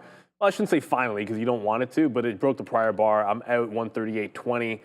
Looks like, actually, no, I got 22s. Seems like, yeah, it's kind of a good number. So one trend break. If it comes back into VWAP and there's still some time and you see it consolidate off the volume weighted average price, that could be a nice little reload zone. But I'll just play it with a little bit of patience here. I think Boeing, to me, is just a complete stay away. We're talking about how these investigations take an incredible amount of time. Video footage doesn't really tell you much of anything, except give you some possibilities that could be a lot of things. So I think, unfortunately for Boeing, you're kind of sitting and waiting. If you get an extreme dip, I think that gives you an opportunity, if you really like it, to jump back into the 50 or 200. But I wouldn't touch it in either direction at this price because, like I said, this investigation is going to take an extremely long time. And if you like the defense plays, there's plenty of other defense plays that you can go out there and jump into without taking the risk that Boeing obviously is going to give you right now. All right, so there we go, man. More out of AMD as it's kind of, I'm getting out of everything right now pretty much. We just got up to VWAP there, so we took another out right now at 30. So the market's going up. We're just hearing in our ear that the strikes are now finished against Israel apparently. So we'll wait right now. The public is now permitted to leave sheltered spaces in Israel. We're getting that in our ear now as well. So maybe there is some sort of de-escalation possibly now. Or not de-escalation, but we're done that little wave, which I don't know. I hate reporting on this kind of stuff, but it is what we're dealing with right now. So more outs. I have 10% left of AMD. Let's look for another trade. All right, Neil just had Palantir. That was a good one. Tesla's another name that we keep on talking about. Wow, back up to 330. Great trade there if you shorted that 330 level. Now you're above and you're at the 200 period. I think the only trade there was VWAP. Probably needed to wait for that one. All right, what else we want is let's go through. Shout out to anybody that's here, man. I feel like this has been a slow afternoon show. And it's not, it's just, we have the trades. I've had some pretty good trades on, that's for sure. Where's my little roll call thing? Oh yeah, there it is. All right, let's see who's still here, man. We have, how many likes, first of all? We got a nice amount of likes going on there. We had plus 500. Now we have 800 likes. I want to thank everybody for that one. 5,300 as well watching right now. So I'm going to say hi to some people in here right now. You know, whether or not you're green or red today, we want to thank everybody for being here. It's power hour time, and the rally may be upon us, but I don't know. All right, what's up, Bart Simpson? What's up? I'm red as a yeah, many people around here. I'm green today, thankfully. Jarhead, what's up? Dr. Plankton is here as well. There's Jarhead again. Jarhead, one of our very first guest traders, which, oh, I didn't put my makeup back on. You can still see you guys. Shining like, I don't know what. What's up, Bobby Axelrod? Good show. Sports and Stonks is in here. Hey, Izzy. What's going on, Izzy Sanchez? Thank you for the $1 super chat. Super chat, make them dance. What's up, Andrew's here. The Roaring Griffin is here right now as well. I'm wondering about reloading the short right now. Army of one, that's always good. You like to add to your numbers a little bit. We talked about that yesterday. Obi runs at least 10 deep. So Trump's tariff slump. What's up to you as well? Tia, I can't forget you. Where are you, Tia? There you are. What's up, Tia? Panther Beaking, Cloud C, Sunny is here. Carlos, Nitish, Mike the Stock Impaler. Well, some stocks getting impaled. That's definitely true. That's it for roll call. Thank you, everybody, for participating and hitting the like button. If I called your name out and you didn't hit the like button, wow, that's no good. All right, we told you we only had 10% left of this trade. I'm gone. I'm going to offer ones. Hopefully we get that. Now we're gone. That's it. Wrap it up. That's the oops, sorry, I was not even on the stock. That's AMD is what I was trying to get at. AMD is where we just got out of right there at 116.01s of our last 10%. We cleaned up on that one as well. Nice move back there to the upside. Neil had that good win with Palantir. We have it here on AMD. And now I really do think it's probably too late, but it was a good spot there to think about going short again because oh man, what's going on? Come on, don't freeze up on me now. I got to check out Easy Trading Computers, man, because like I don't know what this trading computer we have, but 73.20 right there, that gave us these tops. So like that's the kind of stuff that we were thinking about shorting, right? Is like finally once it gives you a top, there's no point. It's like on AMD there where we kept on getting in and out of that. It's like it showed us that it didn't want to break. It didn't want to break VWAP. So look at all the outs. 1, 2, 3, 4. That one's a little low, but definitely 4 outs there. That total is probably 30%, you know, if not a little bit more. And then these outs there, we only had 10% left. I told you as this was moving up, we only had 35%. So good moves to the outside, to the upside right there. And then it gave you the top. So when it does that, even if it breaks, that's why I try to hold the 10%, because if it does break, then fine. It's not the same as like holding a runner in the morning. You know, we've already know our levels now, so there's a good out. We should have just reshorted it. I think that was the only real mistake that I made right there. So, yeah, use the $ before the ticker, says live trader. It does make it easier. Right there. No, it's good. And the reason why we want you to do that, I don't know if Fabian or anybody's actually even talked about this, but pretty soon there's going to be a new website out. Is it going to be a website, Fabian, or the count for the tickers? How are they going to see it? It's internal. Oh, so they're never going to see it. We can show it. We can show it. You're never going to see it. Anyways, Fabian is building right now.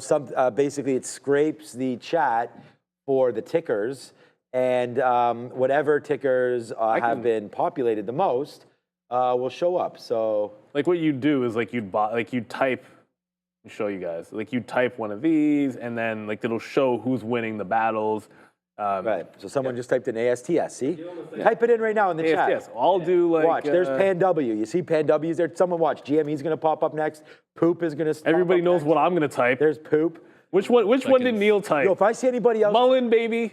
put it back up. Put it back up. Just leave it on. Just Mullen. There it is. So what do you want to talk about, Fabian? I just want to see it kick in as Yeah. So everyone's typing right now on the chat. So here. Remember to follow the format, guys. Yeah, anyways, anyone watching the chat, you can see. Come on, Fartcoin. No, Neil, put the chat on the screen as well, man. Okay, my bad. All right, so there you go. So see, so there you go. MSTR. I wasn't going to do Fartcoin at all. There, right, they're all starting to show up there. So, Wow, nope. look at that. Nope. Wow. This is like a bad dream. It's like you're just saying, like, what stocks should I sell? What's in my portfolio? They just like come in and just keep coming. What's the buy part there? Is that what I'm in? Or that's just like added flavor. I do that.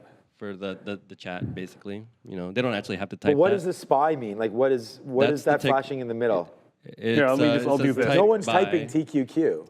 I mean, they don't have to type that. That's more an example of how to those type. are examples. Yes, the format to follow. So you know what to do. The $ is really what's important. Right, That's okay. about it. But this is not going external, so the example part don't really. But like now you can hit start poll.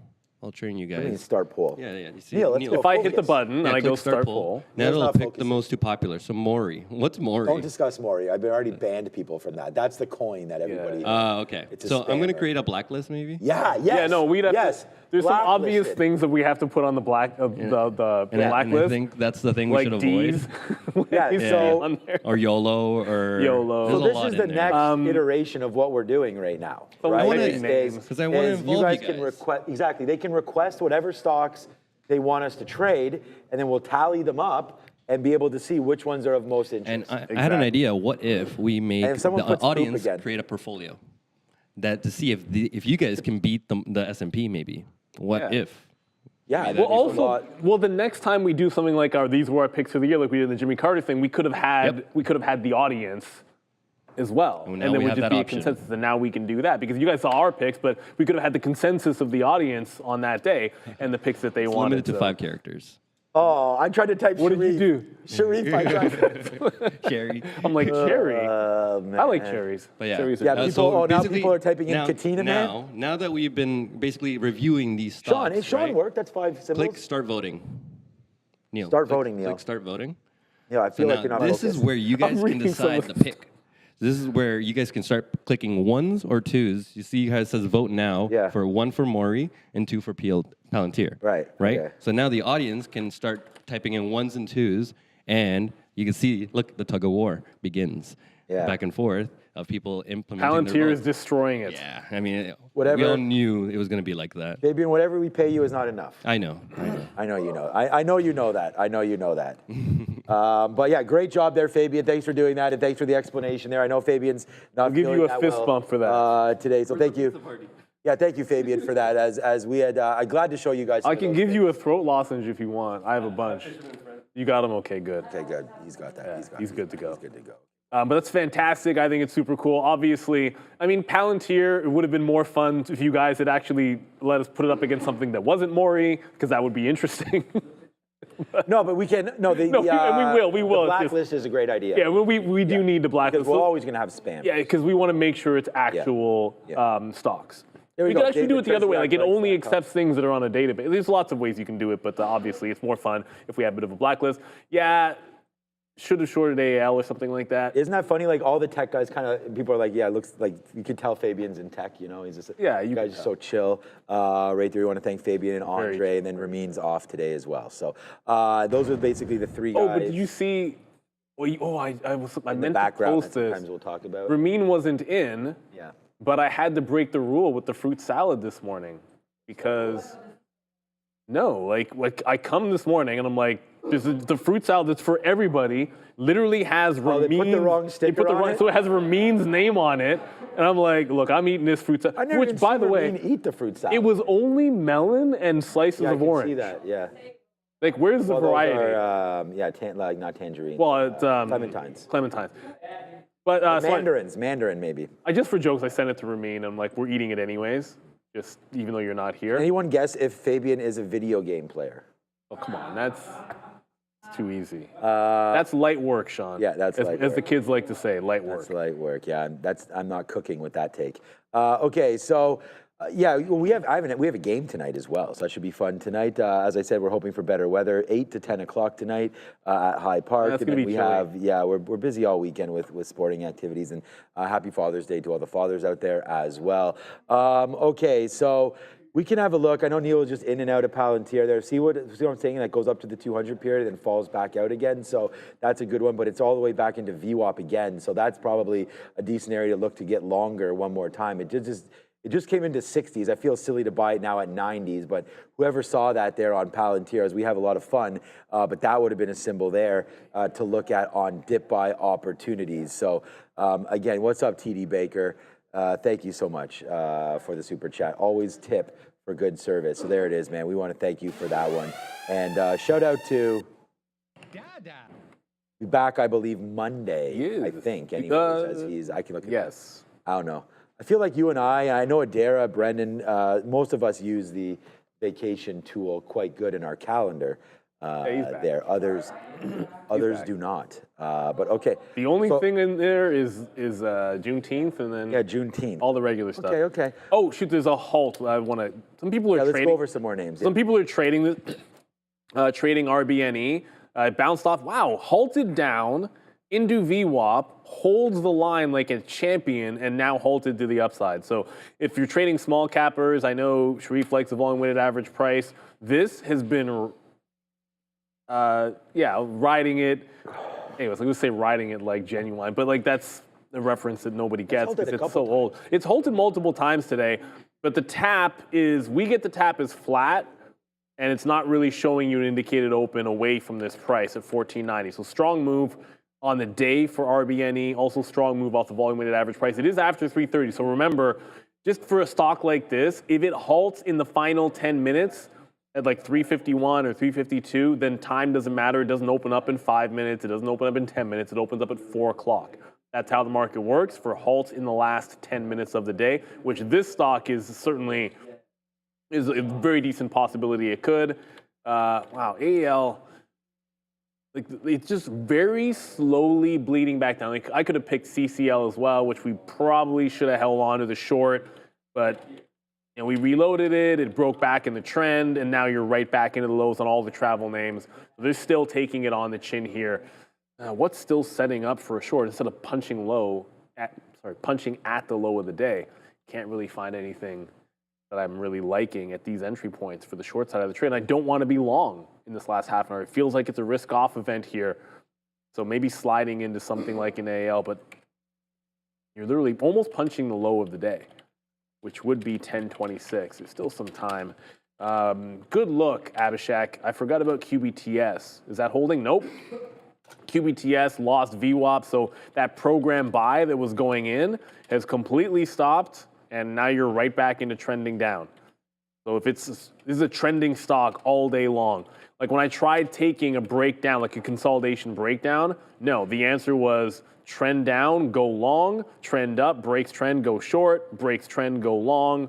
So I wouldn't, like the only way I'm playing QBTS is on a trend break because that's the only way that it has worked cleanly here today. And because that would require it breaking trend and going up, nothing to be seen here for me. You got to respect what the stock is respecting, and it's just, it's giving you great continuation, but trying to find the dip buy or a dip buy has been a trend break, and trying to find the short has been waiting for it to break an upward trend. If there's any other symbols you guys want to look at, let me know, because not anything right now. Imbalance locator for the early look has nothing but, I mean, BACs are often, so is HPE. They're not going to do much. MP is interesting because you don't usually see that there for 2 million shares to the sell side. Kind of interesting that would be to the sell. And it's only done 17 million in volume, so it's a significant amount of volume relative to, significant imbalance relative to the volume, over 10% if it ends up holding up. So this could be worth watching. It's got a hard top here at about 30.80. If this indeed does come out as a sell imbalance, there could be a trade off of that high here for MP. But outside of that, that's the only thing that stands out on the locator coming into the last 25 minutes of the day. Yeah, getting out of the futures there does not look like great. I mean, it does go up to 73.20, so we were pretty happy to do it. Right now, I'm kind of just focused on, do we break the low of the day at this point, at this time? You know, it's power hour. It hasn't really done much. Like, the market really hasn't done much here over the last hour. So, you know, as we wait, I mean, I guess if you go back an hour, well, yeah, if you go back an hour, you're right here. So, yeah, not much going on here, but, you know, definitely able to do something. That's for sure. So I was just waiting to see if we do wind up breaking low there. And if we do, then we'll definitely hop out of some of these plays. But, you know, if we can get back, there it is.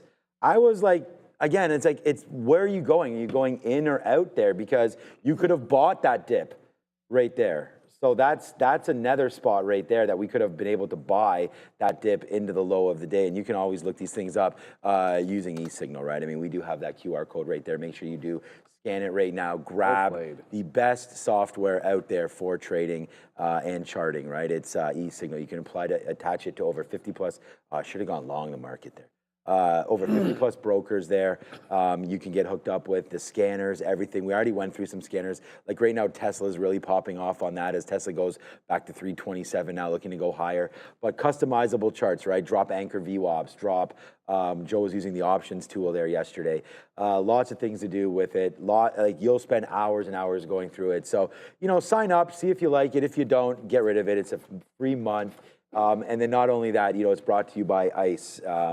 And they are, you know, the Intercontinental Exchange. They represent, they own the NYSE, NYSE AMEX, NYMEX, I believe. But anyways, it just goes, I should look it up. You can get entitled all of these markets. So if you're trading Blue Ocean here at Real Trading, you can definitely check that out. You know what I think it's time for, actually? We haven't done this in a minute, and I might be setting myself up. I hope the numbers are pretty good. Let's go look at who's making money here at Real Trading, and it's not who's, it's what. Oh, finish update. I must have an update with Chrome. All right, so this is our trader information portal. So if you are part of Real Trading, MP, what is MP? MP Metals maybe? So some ideas here for TMX. Midday little number there, sort of take a good read if you are with us. OTCX, we have Jeff Mendel on all the time. So here's a look at what some symbols are popping off for them. Nasdaq quarterly index review for next week on June the 20th. So that's in here as well. There's lots of stuff happening, but I like to go to compare your profits. So you can, it doesn't look like it's going to be that hot from yesterday. Just scan down here. Yeah, so these are the top 10 traders from yesterday here at Real Trading. So again, remember, this is a prop floor. There's over 3,000 traders worldwide, and everybody trades with a risk limit. So whether or not, and it's just like, I don't know, I've never, you know, traded with Trade the Pool, but the more you earn, the higher your risk level, right? And there's other things to it as well. But if a prop firm doesn't operate that way, then that's what I'm saying. Like, generally speaking, we make the assumption that that's how any other prop firm would operate, because I don't understand how else it would work. Yeah. So yeah, that's probably well, or. I just didn't want to misspeak for Trade the Pool. That's all, because I don't know. Oh, but anyways, you guys would know. So, but there it is, man. So, and these are the markets that were executed by the trader for the trader on these markets. So this trader, for example, only traded the Nasdaq yesterday. Whenever you only see one market, I almost feel like they had an idea and it worked, and that was it. And they might have just hit, like, for example, maybe they hit a huge trade on Coinbase or whatever, and then end, right? So, but anyways, NYSE, there's the Amex again. Some Canadian trader there, obviously nicely hit there. You don't have to be in Canada to trade these markets. You could be anywhere in the world, but there is nothing. There's Hong Kong. Ooh, someone took down 4Gs in Hong Kong. That's nice. As well. So that's what who's making, or what the top dollar amounts are here at Real Trading from yesterday. Not the greatest. We've seen days, of course, that have in the teens, thousands, and higher than that as well. And then on like today, probably will be a little bit higher because you're actually getting some movement in the market. And some of the traders, again, we don't know. There could be loss from tops and things like that. So you will actually get shut down. Like, so if you lose, what is it, 100, I don't even know, 150%? It's like your daily goal. So if your goal is... It's about. Yeah, if your shutdown is $200 and you're up $500, you'll get shut down minus like 300 or something from the top. There's like one, I know it's 1.6 of what your daily loss. So if your daily loss limit's 1,000, then your LFT is 1,600. It's 1.6. Right. So sometimes, some traders. Here's why it's that trader could have been up 10,000 and then lost 3,000 or so and got shut down. So who knows? Anyways, that's what that is. What is OP? Ocean Pacific, Ocean PAL right now. So a little bit of a crazier name here. Just been halting back and forth, back and forth. OP right here. This stock is OP. No, Fabian? Yes, thumbs up from Fabian, the gamer over there. So yeah, right now, nice stock right there, moving up 135. For the rest of us, I'm just gonna throw my hand up for overpowered. The rest of us. Okay, good. Thank you. Appreciate that. Appreciate you. Come on, old man. Okay, so we're gonna go over to details. If I don't know, I'm the type of person. If I don't know something, I'm asking, and if someone I'm always asking. That's how I was raised, man. So we don't even. Yeah, there's nothing wrong with that. You should ask. But anyways, we're getting this must be a new issue. I mean, there's nothing here at all on Benzinga. So no news found. So Benzinga doesn't have anything for OP. Doesn't mean there isn't anything. I'll ask Adara if she knows anything about OP right now, up 129%. This was a 75-cent stock. We can zoom out. We always say that. Oh. It looks like... Okay, so maybe we should know more about this. Ocean PAL, OP, nice move to the downside there, and a great move back up right now, $1.83 right there. We've seen these levels before. This could be a good spot, man. If you're long, this is why we bring this up. This is why we zoom out. There's only 20 minutes left in the day. Do you really think OP is going to be OP on Monday? I'm not sure, but right there, $1.80. We've seen it before. Goes all the way back to last August. Shipping company? Yeah. In Greek shipping company. Yeah, so I guess that kind of makes sense, but I guess, you know, as maybe there's been worries, maybe they don't ship in the, okay, we're going to go to Adara and find out what that's up with OP. Yeah, so this company, they're apparently global provider of shipping transportation services. I know Zim shipping was also up earlier today. So yeah, they're still to the upside. It looks like these shipping names in general just did pretty well today. But OP has a float of just over 1 million shares. I think like 1.08 million. So very small float as well. Probably helping OP, I would guess, to the upside. Back to you. There you go. That makes some logical sense, I suppose. Like, it's a low float thing, getting some sympathy in a space, and when it starts to break out, the shorts need to cover, and anyone that tries to short it, there's not a lot of liquidity out there for you to be able to take out. So yeah, okay, that makes some sense. I don't know. It seems like a habitual when you look at the daily chart. So take your profits. There was a trend break. So I said the only way I'm getting to QPTS is on a trend break. So it made the high at 1535, broke VWAP, and then instantly after breaking VWAP, like first chance it got, it bounced, broke the trend. I jumped in, and now it's coming right back under VWAP. So my stop is underneath 1515. It's not really a ton of room, but we only have 15 minutes left anyway, so this is going to be the last salvo. I want to try to keep it at least a little bit tight to the vest. Probably, oops. Palantir's on the Nasdaq now. Palantir's trying to hold VWAP, but this market it seems distinctly different from before. Like I think I remember when it broke this trend the first time, like the second it held a higher low, like it just trended up. So, it kind of breaks the trend here, and then it instantly is coming right back into the downside. So I'm not seeing the same level of strength in Palantir. I'm going to stay away from that bad boy. We'll ride with QBTS or an imbalance trade at the end of the day here. MP has that early look sell imbalance. We'll see if there's something there. And one of the cool things, Sean showed you guys right there in tip, if you're at Real Trading, like if you're lazy and don't even have your imbalance locator open, there's literally a page that tells you what the big imbalances are, so that you don't miss out on them. I find that hilarious that there's two ways. You're not going to miss any of these if you're at Real Trading because they literally list it to you in tip, whether you have this open or not. And for anyone out there, most brokers are going to have access to the imbalance locator. It's just probably an entitlement that you have to pay for. Maybe they charge extra for it. I don't know. We get that question a lot, so I want to get out in front of it if I can. And just to the last thing on that OP stock, because I know I said it without looking at this chart. Whenever I see a chart like this, and this happens without a news headline, my first thought is do not be somebody's exit liquidity if you can avoid it. Like it's one thing to be in a stock as it's breaking out early. It's another thing to be punching into those highs as it gets in some bag hold levels. I think two, a significant support that turned into a resistance level. Like this seems like an area from here to 180 to the 2 level that looks significant. Not sure why I decided to show that on my E-signal chart, except for the fact that I already had it up. I could have just drawn it into here and shown you like goes halt, open, and it's going right into that target of that 180, which it just broke, into that $2 level, is a level on the daily. And because there's no specific story, I'd be at least a little bit wary of that. So it's either going to be an imbalance trade or QBTS is going to bounce off VWAP here, at least for myself. Thierry is asking, should I sell all my QBTS shares in your long term? Like, here's the thing. Realistically, we've sold some QBTS at multiple levels, like 3 times on the way up and hold over half a position.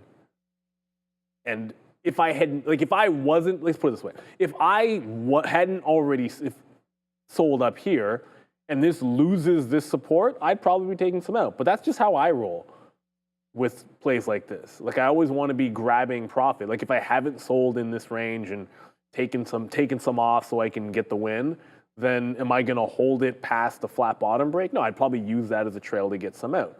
But everyone has to determine, like, what kind of a play is it for you? Is this your stock that is your retirement that I want to hold on to forever and never sell? Is this a swing trade that you make? I don't know those things.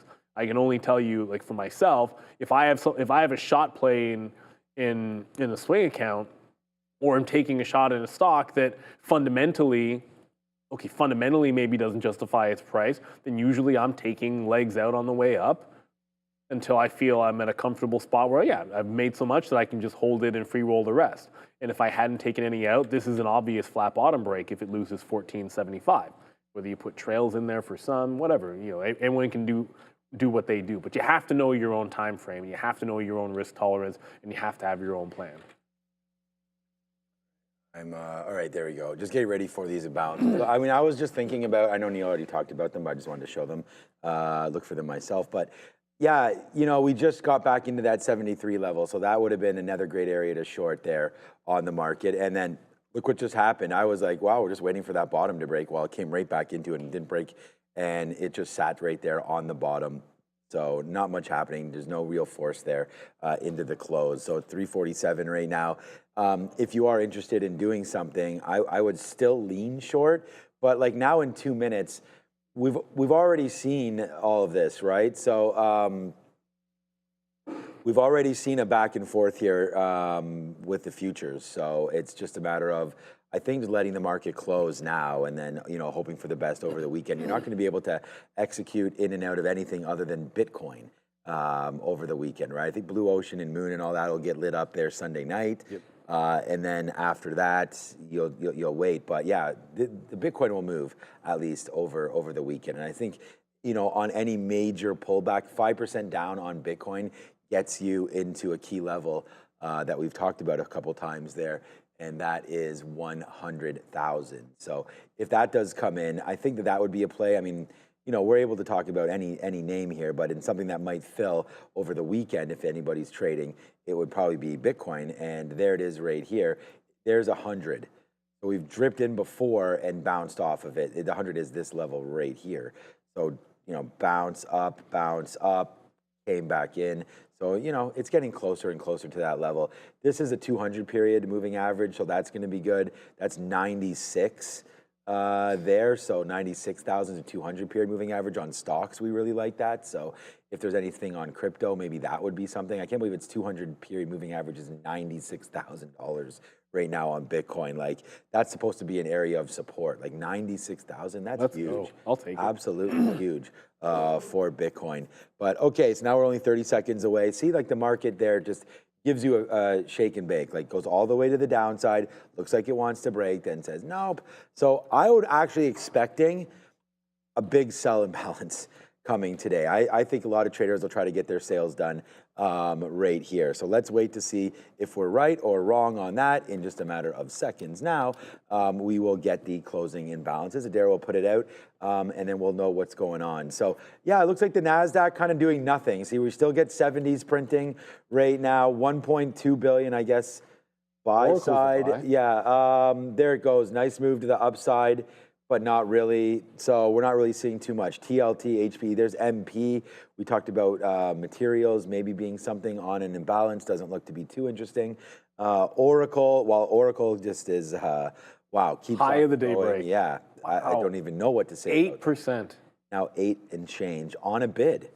That thing Nvidia bid. is an absolute rocket ship. I feel like Nvidia 141 is a real good level, man, especially on the daily. Like, it's come back in. We bounced off of that 140s, 130, 141s, 140, something like that. Good level there. 138, good dip by 137 area for Nvidia.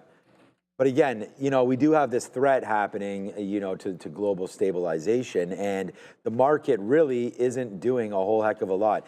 ES only down 1.23. This was like a common day in April, man, like all these days. So, yeah, I don't know if this is a sign of, next week, maybe there's a lot, to get unwound here, or if maybe we can try to de-escalate a little bit over the weekend and come up to just a ripping market on Monday.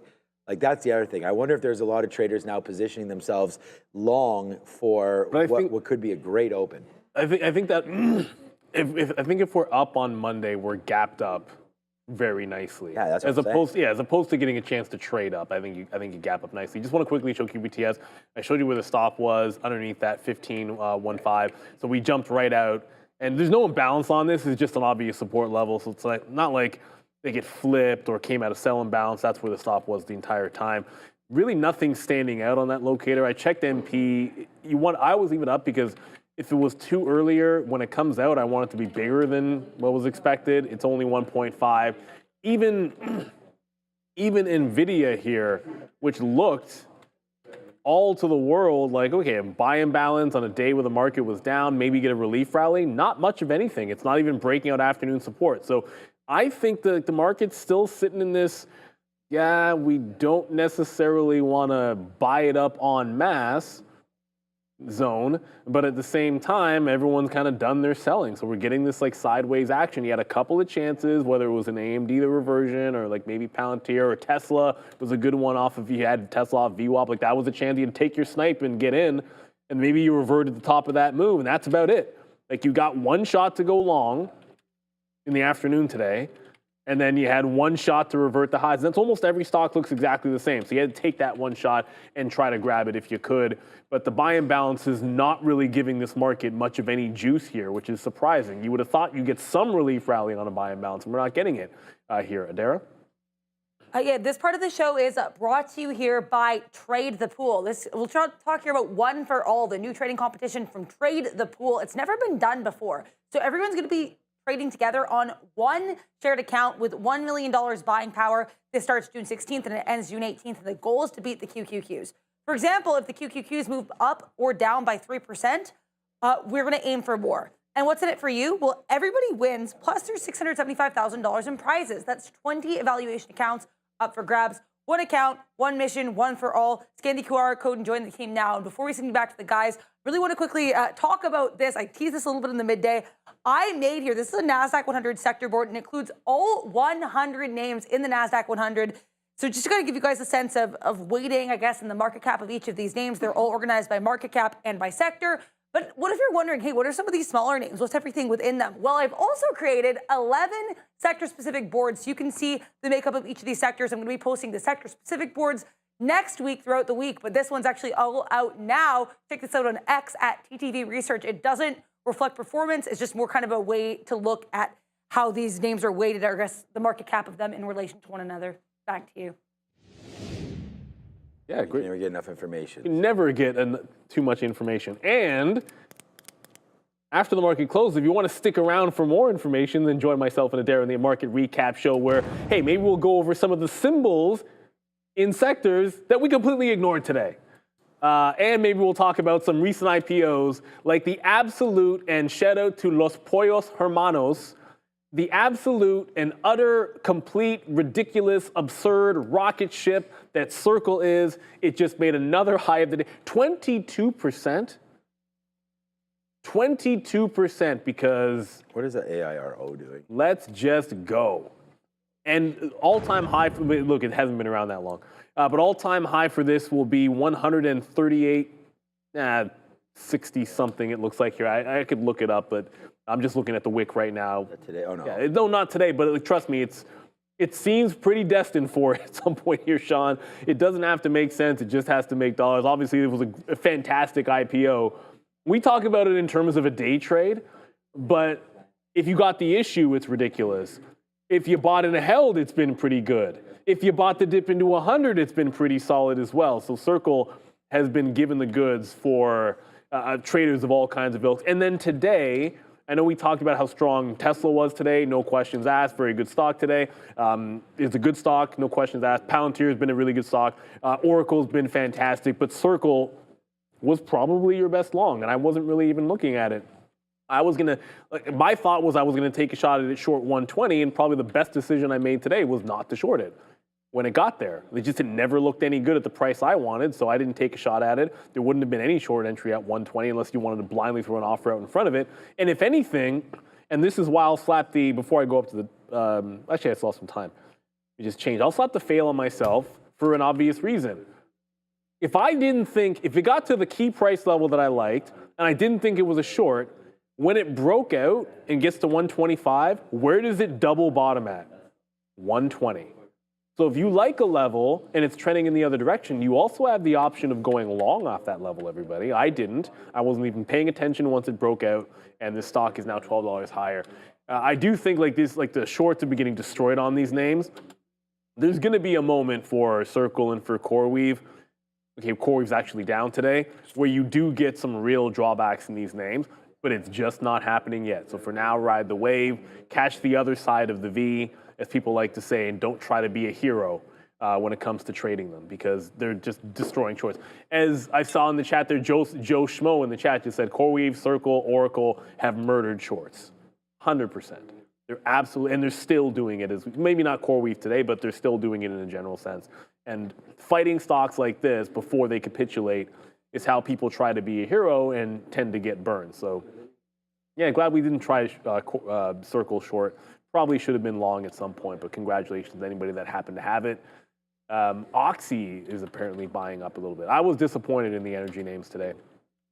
I thought there'd be more fun to be had in some of these oil names. You couldn't do much of Oxy except sell it at the open, somehow magically catch the bottom, or then sit and watch it do nothing for the rest of the day. So maybe there'll be something on next week for some of these oil names. Yeah, we did mention the bottom there in and around 45, but yeah. That was your only shot. You had one chance to trade that stock really off the low. That, yeah, and the futures were going kind of crazy.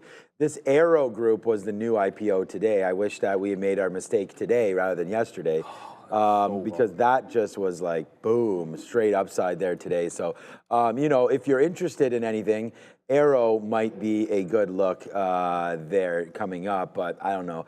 That's another IPO. We can look at that. I don't like the chocolate bar. The one, yeah, the chocolate. That's my wife's favorite, actually. How? It's just, I don't know. Just plain chocolate. That's why. I don't know. It's like That's why I don't like light it. and. Oh, okay, that's fine. Voyageur is a good one, man. I'm gonna get to that. Okay, good one. Yeah, good luck with the recap. See you guys at the Scott desk. Steve Tileman, sorry, on tonight with you. So we'll talk to Trade the Pool. Ask him about that contest. All right, so there it goes, man. Voyageur, a nice move as well today, making the move back up to the upside. So I think you can go long oil here. It's K, it's N contract. You know, up 7 and a bit percentage points. Probably safe to hold even over the weekend, you know, as this is getting worse and worse. The scary part about all of this is really, I haven't heard much from the White House. So I don't know if there is any comment about any of this stuff from the White House. And I think when that starts coming through, maybe, hopefully they'll stay out of it. But if they don't, I don't know if that will help escalate or de-escalate the situation at all. But yeah, oil and things to look at. And then gold probably popped through the highs as well. Yeah, they're still here, 316. We talked about that. It hasn't moved much.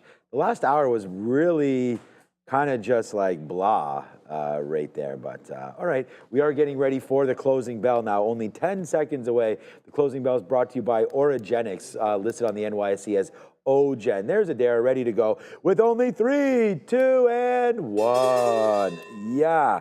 All right, man. So that's it. We are now done for the week. We want to give all of the fathers a big shout out for Happy Father's Day.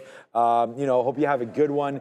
I think it's U.S. Open as well at Oakmont. Go watch. That should be fun to watch over the weekend as well. Crypto should be great to watch over the weekend. And, of course, we pray and hope that the de-escalation is what happens there in the Middle East and for Israel and Iran and that whole conflict.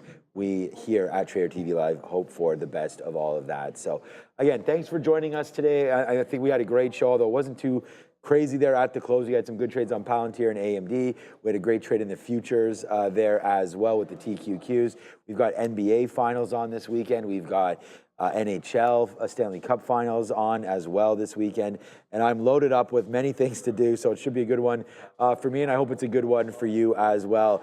As the market closes, Nasdaq down 1.24% and the S&P down 1.1%. So, yeah, not a horrible day overall, especially if you look at your portfolios. You might be like, okay, not too bad, especially if you had Circle or Tesla. Tesla winds up on the day 2%, and Oracle up 8-9%, going higher here into the close as well. So thanks, everybody, for watching. It's a good one. What a good week it's been. We'll all be hopefully back here next week, and then we're off next week on the 19th, which is Thursday.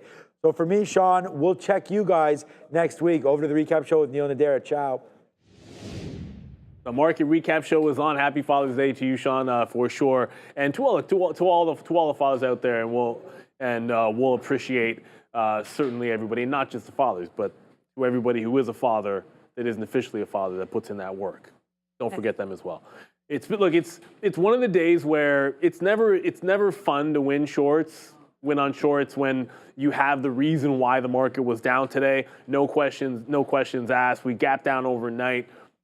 And really, the afternoon was sort of met with some more attacks and some more launches from Israel and Iran retaliating. And we're still going to have to deal with this over the weekend, to be sure, Adair. I feel like it was a risk-off event, but then it was almost like there was just too much selling had been done, and then we just kind of went sideways throughout most of the afternoon. But what was crazy, and it's a weird thing to lead with, yes. I can't get over how good these recent, maybe not every single IPO has been completely easy, but the way that we've had CoreWeave, and then we had Circle, and the way that arrow went today, it was ridiculous. If you took the opening print, you couldn't, you almost accidentally got long into a multiple halt trade. That's wild. Where you're basically just stumbling into a gigantic win by the simple fact that you took it.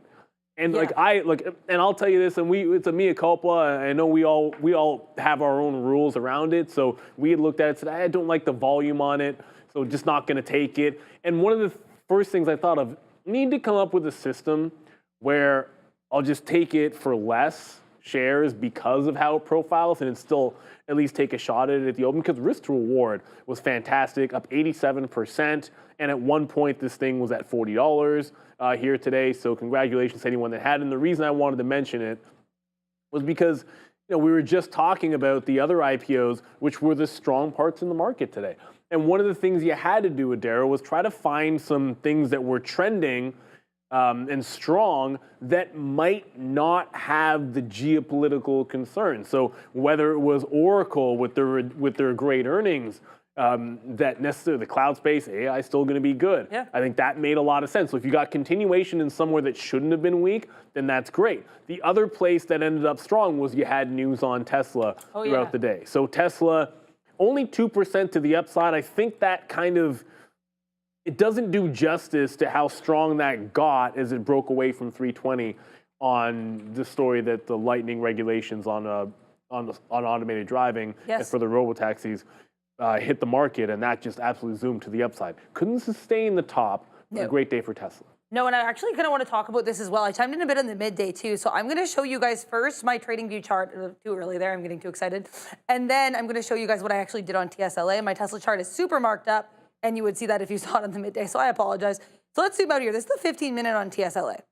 So if you looked at the 3-minute around here on this like 316 level, 100% it looked like a short. Lower highs, lower lows. Sean had the short. Shout out to Sean with that short on it. That was accidentally kind of alliteration. But then I look at the 15, and I'm like, higher low, higher low, higher low. So I realize this actually looks like maybe a better long opportunity than it is a short. So I go to the 3-minute, and I wait for, I guess, a close here above. My chart's so messy. So yeah, kind of around here, right? I wait for us to get a situation where we're kind of above, like close above the high there on the, okay, part of our high there in the 3-minute. Get that close, and then I just kind of wait. And I keep my stop here to the low of that candle, and I wait.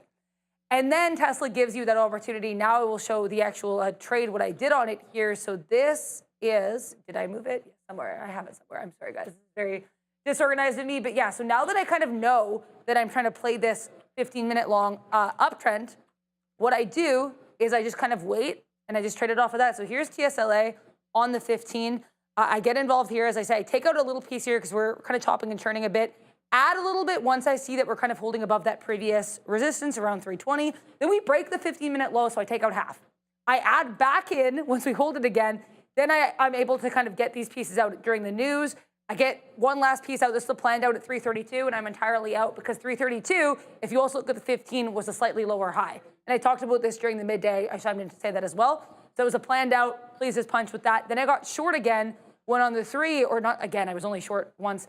But once you see this kind of downtrend, right, as Neil mentioned, things cannot stay good for long. You get this downtrend, lower highs, lower lows. Once we break this kind of local low, I risked it to this high, which, by the way, this high was also the AVWAP from the news that came out. That's key. So it rejects the AVWAP from the news. Nice little short, covered some at VWAP, got out when we broke above 325. So kind of verbose, but the point is, when in doubt, zoom out. As Neil says, if I hadn't been looking at the 15-minute, I would have missed this entirely. Yeah, it's a great look. We actually had a conversation too about sometimes when you're changing the time frame on your charts, remember to change it back. I got caught one time changing. I was discussing with Obi something, and we were looking. I don't use a 1-minute chart. I put up a 1-minute chart and forgot to change it back. And then for a little bit in the afternoon, I'm like, something felt wrong. It's because I didn't like the time frame. I don't like that 1-minute chop zone that you're going to see oftentimes there. So like that, I like the 3-minute. I prefer it more. Yeah. Look, Palantir. Just a quick note for Palantir here. We talked about Tesla strength. We talked about what was strong in obviously a relatively weak market. The VIX was strong today. I mean, gapping up energy names, even though they didn't necessarily sustain that move. Palantir was able to make another test of the highs. I know it pulled back a little bit here, but it was weird that it was gapped down despite the fact that it was a defense name. You kind of felt there'd be a little bit more strength there. And then made that late rally at the end of the day to seeming like, okay, we're going to go breaking out. And what ended up happening was it pretty much exactly to 140. And this is one of those, I talked about this with regards to like taking out the Apple long way too early. Like if you get to a point where like I was just way too bearish on the market, so even though when you get the low on something, you don't do anything with it because you just think it's not going to follow through. I think Palantir and the 140 short turned out to be the same thing. Because looking back at a double top on the daily, and it broke the trend. It didn't just break the trend, it then consolidated underneath and then broke a trend again. Like this thing broke trend at the top twice and was unwilling to trade it. That said, coming into next week, it does set up for a 140 double top breakout. That's the other way to look at it. Okay, fine, there was an afternoon short, but it's consolidating over the highs. Now, you might think, okay, well, it's so frothy, maybe this isn't the one that you want to break out. But remember Oracle. We need to remember Oracle, okay? Oracle has been beautiful. It is gorgeous. It is fantastic. Everything about the last couple of days, if you're looking for a chart, if you're looking for strength, it's not something which is so far out of the zone that you're like, I can't believe I'd be chasing it up here, or it's just so ridiculously expensive on a P that you can't stomach it. No, this is a local breakout after strong earnings. And what it's able to do on a 15-minute, let me just move this to a 15-minute chart. What it was able to do here, especially at the end of the day when the market started giving it up again, is hold the highs. Like there was no profit taking, there were no significant dips. Everything about this is just still stair-stepping into the upside for Oracle. And until it proves otherwise, we always talk about bad-looking charts like Mullen's a short till it's not, or at least I say that oftentimes. And we don't say enough, or I don't say enough, Oracle's a long till proven otherwise. It's in the breakout, the momentum is to the upside, it is completely ignoring geopolitical news, it's ignoring market moves to the downside, it's ignoring anybody's attempt to short it, and it's just going higher. So coming into next week, the default for me is look for an Oracle long. Maybe you don't find it. Fair enough. But if you don't look for it, you don't get moves like today where it was just one of the cleanest looking longs you could have had, and every single red on the 15-minute was a buying opportunity at Era. Yeah, I mean, I was looking at this at one point, like the first 15-minute fail, I was considering this potentially. I was like, maybe a short. It didn't let me in, and I'm really happy it didn't, because look what this thing did. Yeah. It's worth noting, apparently, Oracle had its best week since 2001. So it's best week in 24 years on these earnings. I mean, to be fair, the earnings were really strong, well-received. Oracle is a well-liked company, but yeah, this is like a beautiful look. And I think if we see more developments on that Project Stargate thing that was announced in January and we really haven't heard about since, I think this could be, continued strength for ORCL, that's for sure. I'm trying to think of other stocks that were outstandingly strong this week beyond Tesla. I mean, you know what? Tesla, I actually think looking at a weekly chart could be interesting, because TSLA, I would say, was pretty range-bound this week within that, trading within the same range that it did last week, right? Yeah, exactly. So Tesla on the weekly chart, of course, we get this push into all-time highs in December, come back, bounce nicely here, a little bit of a double bottom on the weekly off that 212 area. Then we reject 360, and then, yeah, I mean, like today, or this week anyway, what's interesting about what we did this week is that we traded entirely within the range of last week. So let's see if Tesla can break out of that range next week. Let us know in the chat what tickers you guys are looking for, because I want to make sure we're taking a look at everything. Who said short Circle? LOL, says Justin Johnson. Who's shorting Circle? I guess they were just like asking. I guess some, in case anyone said the day will come. Look, I mean, come on, like this daily chart's beautiful. Yeah, I mean, Circle's chart is insane, obviously, but like usually there's a chance where you get to short these parabolic, recent IPO type names. Like, it hasn't been around very long. Does it look bearish yet? I don't know. No. Like it's not a reasonable bull flag or consolidation, because the bottom of the recent move is 100, but it did a nice pullback. Okay, there's your 140 pullback. The first thing it did is hold the most obvious level ever, which is $100, which is also the opening range top. Okay, so the first resistance on day one turns into instant support on the daily chart, and now on the weakest day that we've had since, we have all kinds of bad news. This thing wants to try to run the highs. Yeah, maybe it's not yet the time to short it. I think anyone that tried CoreWeave, okay, it's CoreWeave off the high, not looking bad, but look how long CoreWeave sustained its breakout. Oftentimes, when you see like an early IPO that rallies, there's a prolonged down move and then the big massive breakout, right? Like that's what CoreWeave did. The early up move, then the prolonged down move sideways, and then didn't break out for after a while, like after earnings actually. Circle's not following that pattern. Circle's following the pattern, we're just going up, so you haven't even had that prolonged pullback situation just yet, where it's like you could have almost instantly started riding the CoreWeave short back into the lows. That's not what Circle is doing. I think it's just basically blowing people out and trying to be early on that short. Great, you'll get style points if you catch it, but on the way to style points, you're probably going to get some bruises, and hopefully you're able to manage it to bruises as the stock just keeps on hurting people. Yeah, I mean, honestly, it seems like if your ticker ended in RCL, you had a pretty good week. I mean, let's actually see what Royal Caribbean did, though, because, I mean, Oracle, Circle. Nope. Royal Caribbean breaks this pattern. I think I tried to say pattern and trend at the same time. But to be fair, Neil, it's been in quite the uptrend recently. I want to mention as well another name that's been really strong lately that has its earnings in 2 weeks. I'm going to think of earnings names next week, but it's honestly a pretty boring week for earnings. So week after that, we have Micron, which I know you mentioned Micron earlier today, Neil. Micron, uptrend. It's at this point, it's kind of broken out of that previous resistance that we had around 114 right now, trading around 115 halves. Next potential area of resistance looks like that 137 area. I think this one could be kind of dangerous on earnings because we've seen a lot of these really violent moves. I mean, RH today gapped up and then dropped like $34. I think more than that at the lows. So MU could be a situation of caution. The setup here going into earnings, though, is beautiful. It kind of looks like a dinosaur or a giraffe or something. But again, some of these names that have run up into earnings have had like quite the big fall when the actual report comes. I agree. The one thing that stands out for Micron against some of those names is just simply how much selling was being done. Now, there's a couple of things to work with here, and I think it was JC Peretza. He had a tweet about this, that if you anchored, I think basically if you just anchored VWAP to the highs, that it was rejecting an anchored VWAP. I was more looking at what was happening every time it consolidated above the 200-period moving average and got into the 110 to 115 area. So you had hard resistance there, and every time it broke the 200-period moving average, you'd consolidate and fail the consolidation. You'd consolidate, fail up at the same high, or you just wouldn't break it at all. What happened different here, when it broke 100 the last time, the consolidation above the 200-period broke out. It then followed that by breaking out above these teens, and on the bad news that we had today, or on the market weakness we had today, it ended up holding that 115 level on all the dips. So going into earnings, Micron's about one of the best looking charts from a bullish standpoint. Obviously, it still has to get through that report, but I do like what I see right now with Micron. Are we locked and loaded? Yes. Oh, we are locked and loaded. Have a good one there, Sean. And everybody, we've got one of our favorite guests back on. We got some trader talk. We've got Steve Tileman back. What happened?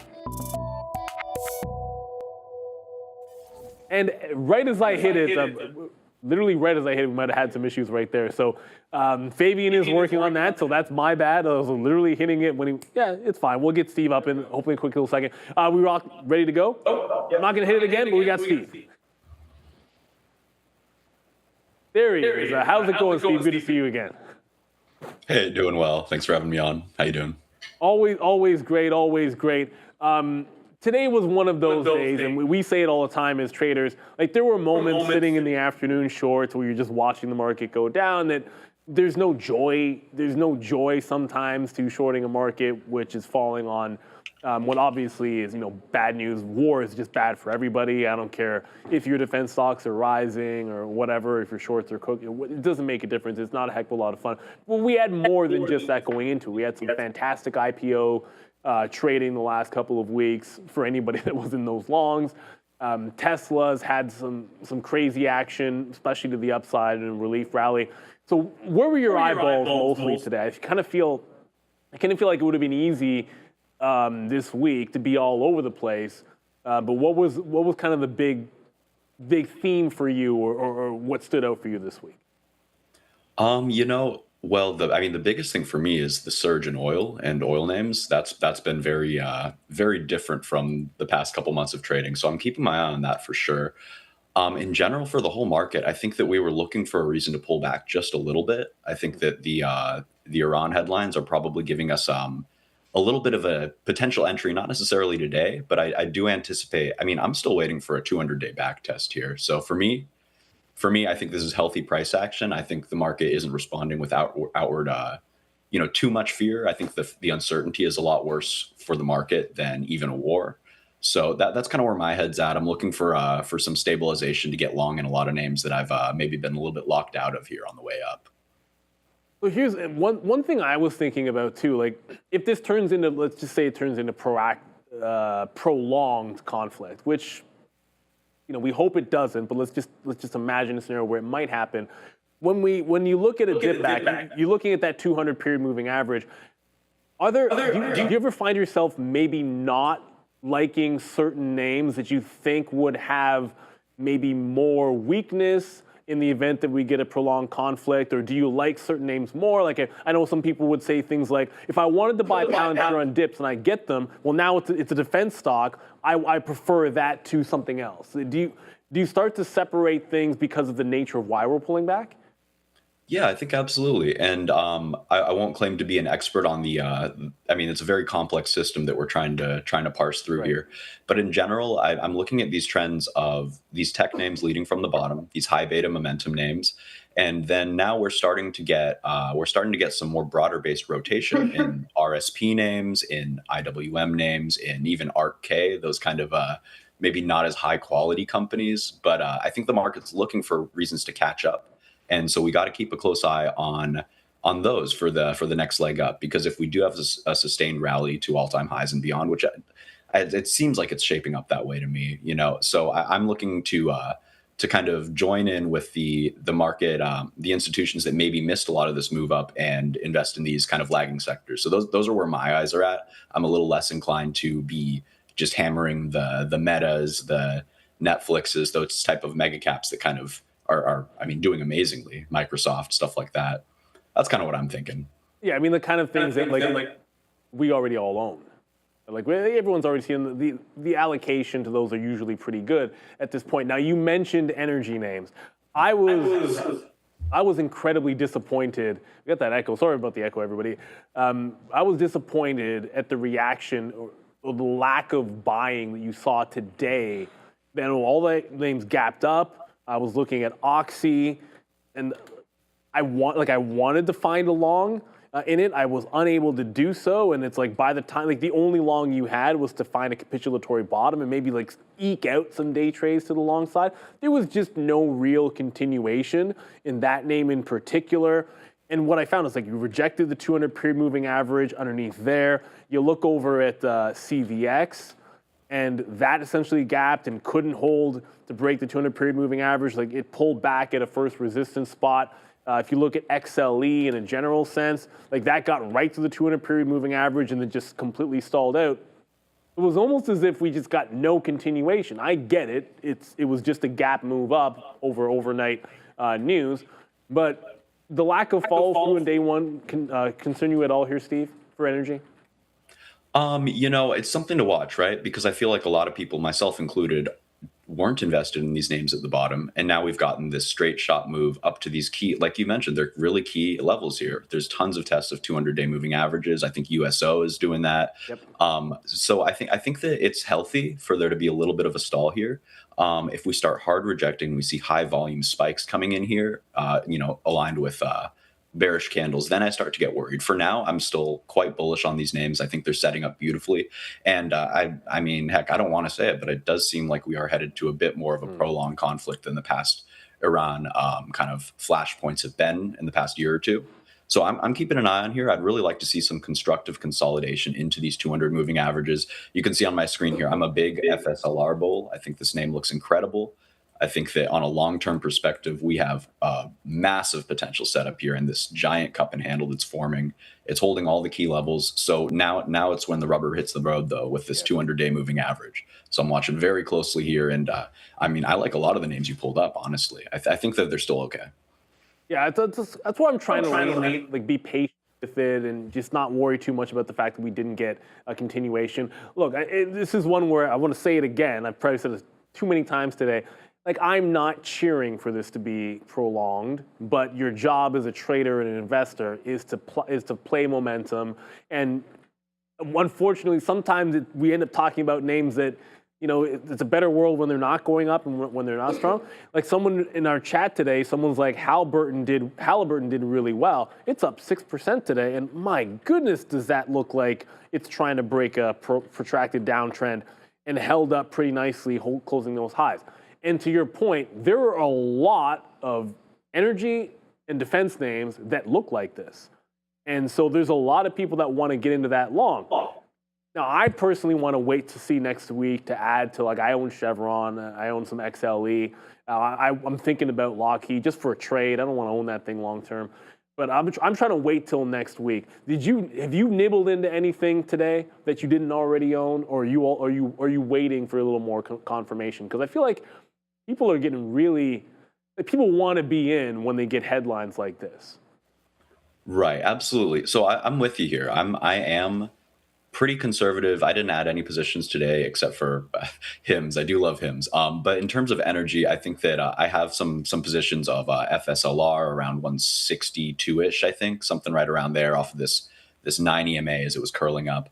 I would like to add. I missed the ad this morning. It looks like it tagged exactly where I would have liked to add. I wasn't paying enough attention. I'd like to see next week kind of let the market show its cards. If they want to continue these rallies, they definitely will. There will be signs, right? And you're a great trader. I do okay. I think we'll be able to identify that and add in as the trade continues to work. Well, don't call me great, because I'm about to put you on the spot. You're gonna hate me in a second. Because look, when Sunrun had a pretty big rally in the middle of the day, we got a lot of questions about it. And I pull up, first thing I look for, if I don't see a specific news story on a stock, the first thing I look at is what is the sector doing. And I saw FSLR made a big spike as well. Now, for the life of me, we couldn't find a specific news story that caused the secondary push that you saw in the afternoon on these names. And we had a lot of people saying, well, if we get a protracted conflict, then that oil prices go up and the alternatives are good in the long term. And my first thought was, if that's the theory that I want to buy into as to why they rallied late in the day, then why were they not gapped up in the morning? Was there anything that stood out to you as to why maybe the solar names had that big, strong push? Do you think it was just, okay, well, the shorts got a little bit more nervous as the uptrend didn't break? Because I couldn't find, and specifically Sunrun, I know I have SLR up here, but specifically Sunrun, like, this was absurd, and there was nothing specific here. If it's really that the shorts are this nervous, there might be something bigger afoot. Well, just give me your brief thoughts specifically here. Yeah, absolutely. It's interesting. This is new to me. I'm looking at it on my chart here, and you're absolutely right. There's a strong outperformance midday there that I don't see reflected in a lot of the other energy stocks. Let's see if FSLR did that follow through. Yeah, okay. So it does seem to be solar specific. I think that maybe what we're seeing is a little bit in the same way where SPY led with Qs and then RSP names started participating. I think that these are unloved names even in the energy sector, which is quite unloved in general. So I think that maybe capital is looking for more places to flow into it. I think probably the catalyst midday was, don't quote me on this, but I believe that's probably roughly around when Israel said that they are going to respond. And I think their biggest targets are probably going to be oil manufacturers and refineries, that kind of stuff. So I think that provide a supply squeeze, and we could be seeing just continued inflows. And this is what I would like to see in the sector, right? So the lagging names starting to participate like this. Yeah, and the upside is tremendous here. I mean, Run's got 30% short float, FSLR, as you mentioned, First Solar, 12% short float, and so you get the late people wanting to buy the lagging movers, but also the shorts that have been winning. I mean, this would seem like a pretty. If I was riding TAN or the ETF or one of these names to the short side, I can't imagine that there's any short in the solar space. If they weren't like, should we be covering something today? That would seem awfully foolish. I'm glad you share those kind of thoughts there, because we had some speculation on it. And I just want to make sure that we're not completely off base with it. But before I know we're running on time here. Before we get you out of here, you can't drop that you liked hymns today and not at least talk about it, because I didn't even look at hymns today. And that's a stock that's been a hot one for a while. It's in a nice consolidation. I completely even forgot to look it up because we had so much to cover. So what continues to draw you back into this name? I mean, obviously it's been on a tremendous tear here, but your thoughts on hymns and what made you think about it specifically today, where there was a lot to look at. Absolutely. So in general, I've been watching these nuclear names, these kind of leaders of the momentum trade for the past, let's call it a year, give or take. These SMRs, these OKLOs, types of trades like that. And HIMS is a very similar name in terms of momentum, not in terms of what they actually do, very different in that regard, but in terms of the leading names that I think are not done. The SPY doesn't seem done. These leading leading names don't seem done. And to me, what I see is this is a parabolic mover on the higher time frames. On this daily, we have a really clean cup and a really clean handle forming. We're getting all these moving averages catching up nice. And to me, it's holding the space. So for me, I'm adding every single time it gets anywhere near this 20-day EMA. I think that there's massive upside potential here. If we do get a similar setup to this, this continued trend of these cup and handle breakouts into these parabolic moves, I'm going to say it. I'm going to call my shot. HIMS, $100 by, let's call it, I don't know, end of year. So I'm a big fan here. I think they're a great company.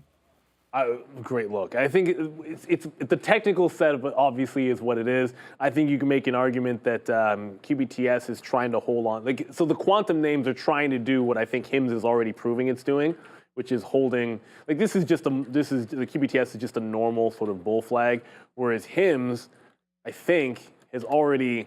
It's already given you the rounded bottom. It's shown you that it's held the bottom and it's kind of working off that top. So I need to get your thoughts on it because I know it was definitely a name that probably wasn't front of the mind, Steve, for traders today because energy would have been front of mind and Tesla in the middle of the day. So those all make a lot of sense. So good look on HIMS. I love the call. I'm going to root for it for you. I don't own any shares of it, but I know a lot of traders that watch this show absolutely love that name. So they're going to be excited to hear that you like HIMS and think it's going to $100. Steve Talman, a great friend of the show. Obviously, have a wonderful weekend. Oh, before we get you out of here, I don't know. It's Father's Day on Saturday.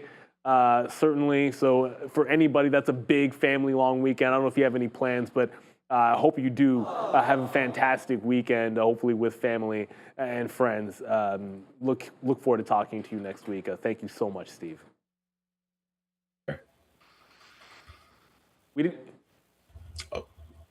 Thank you very much. Take care. Sorry if my mic's cutting out here.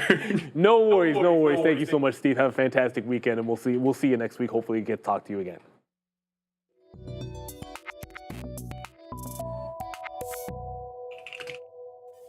All right, everybody. It's been a fun week, but when we end the show today, obviously, it's a big weekend for any of the fathers out there. So, before we get into roll call, I just want to say a couple of things. One, we have the best community out there. Yeah. And community is like a family, right? And any family, at any family, there's certain things that you have to have. And roles, whatever, it doesn't really make a difference. At the end of the day, Father's Day, Mother's Day are about appreciating, the people that sort of shape you in your life, right? So I think everybody out there, when we do roll call, I'm give thanks to somebody. You don't have to say, thanks, Dad. You could be saying, thanks, Mom, thanks, Coach, thanks, Adara, thanks, Fabian. It doesn't really make a difference. But you have to be in the chat to be able to do this. So make sure you hit the like, make sure you hit the subscribe. We have a subs-only chat. This is a roll call where I want everybody typing in here a thank you to somebody who shaped their lives in a positive way. If it happens to be your dad, it happens to be your dad. That's fantastic. It could be a brother. Like I said, it could be a coach, it could be a friend, it could be a sponsor. Everyone out there has somebody like that. And I promise you, if you say you don't, then you're not telling the truth. And shout out to Butter Biscuit Head, who's going to thank Santa Claus out there. So let's get some roll call on, Adara. Drop your name in the chat, everybody, and say a big thank you to someone that matters. Yeah, thank you guys so much here in the chat. And I think thank you as well to my family and my friends and everything. Thank you to Neil. Thank you to Sean. Thank you to Sharif. Thank you to Opie. Thank you to Joe, Fabian, Ramin, Andre, Brendo, who will be back from vacation next week. And thank you to Neil Roberts in the chat. Michael DCA, Omar BDL, Lo-Fi Soul David, Al Rakensberger, JGH, Hurley D. Dingleberg, Suthiez, DJ, John D. Sir Poopy Paper Hands, Trader Buck, John Von Sowers, Big Milkshake Trading, Smoky Love, JRBR, Nicole, Donkey Trader, Daryl Flinch, Tyler Smith, Go Bills, Raymond Blitz, Liana, Miguel, Ace High, Jaya, Susie Fox again here, Green Day Dean, Sunil, Gen AI Apps. We're going to end here with Paul. Thank you so much for all of you being here today with us. We'll see you on Monday after hopefully a very restful Father's Day weekend. Yeah, I hope everyone has an absolutely fantastic weekend, but it's been a fun week. It's been a fun week. We get to do it all again next week, Monday morning at 8:30. But before I get out of here, I have to acknowledge you've been an absolute trooper, Fabian, all day long. I trust me, like I know, like you can hear it. He's been feeling under the weather. Like everyone's like, oh, Neil, I hope you feel better. Fabian has been mustering through the entire day today, so make sure you throw him some love. And I hope you have a fantastic weekend as well, Fabian. We are Trader TV Live. Get rested. Have a great Father's Day weekend, and we'll see you Monday morning at 8:30. See you. Bye. I pity the fool that doesn't hit the like and subscribe button.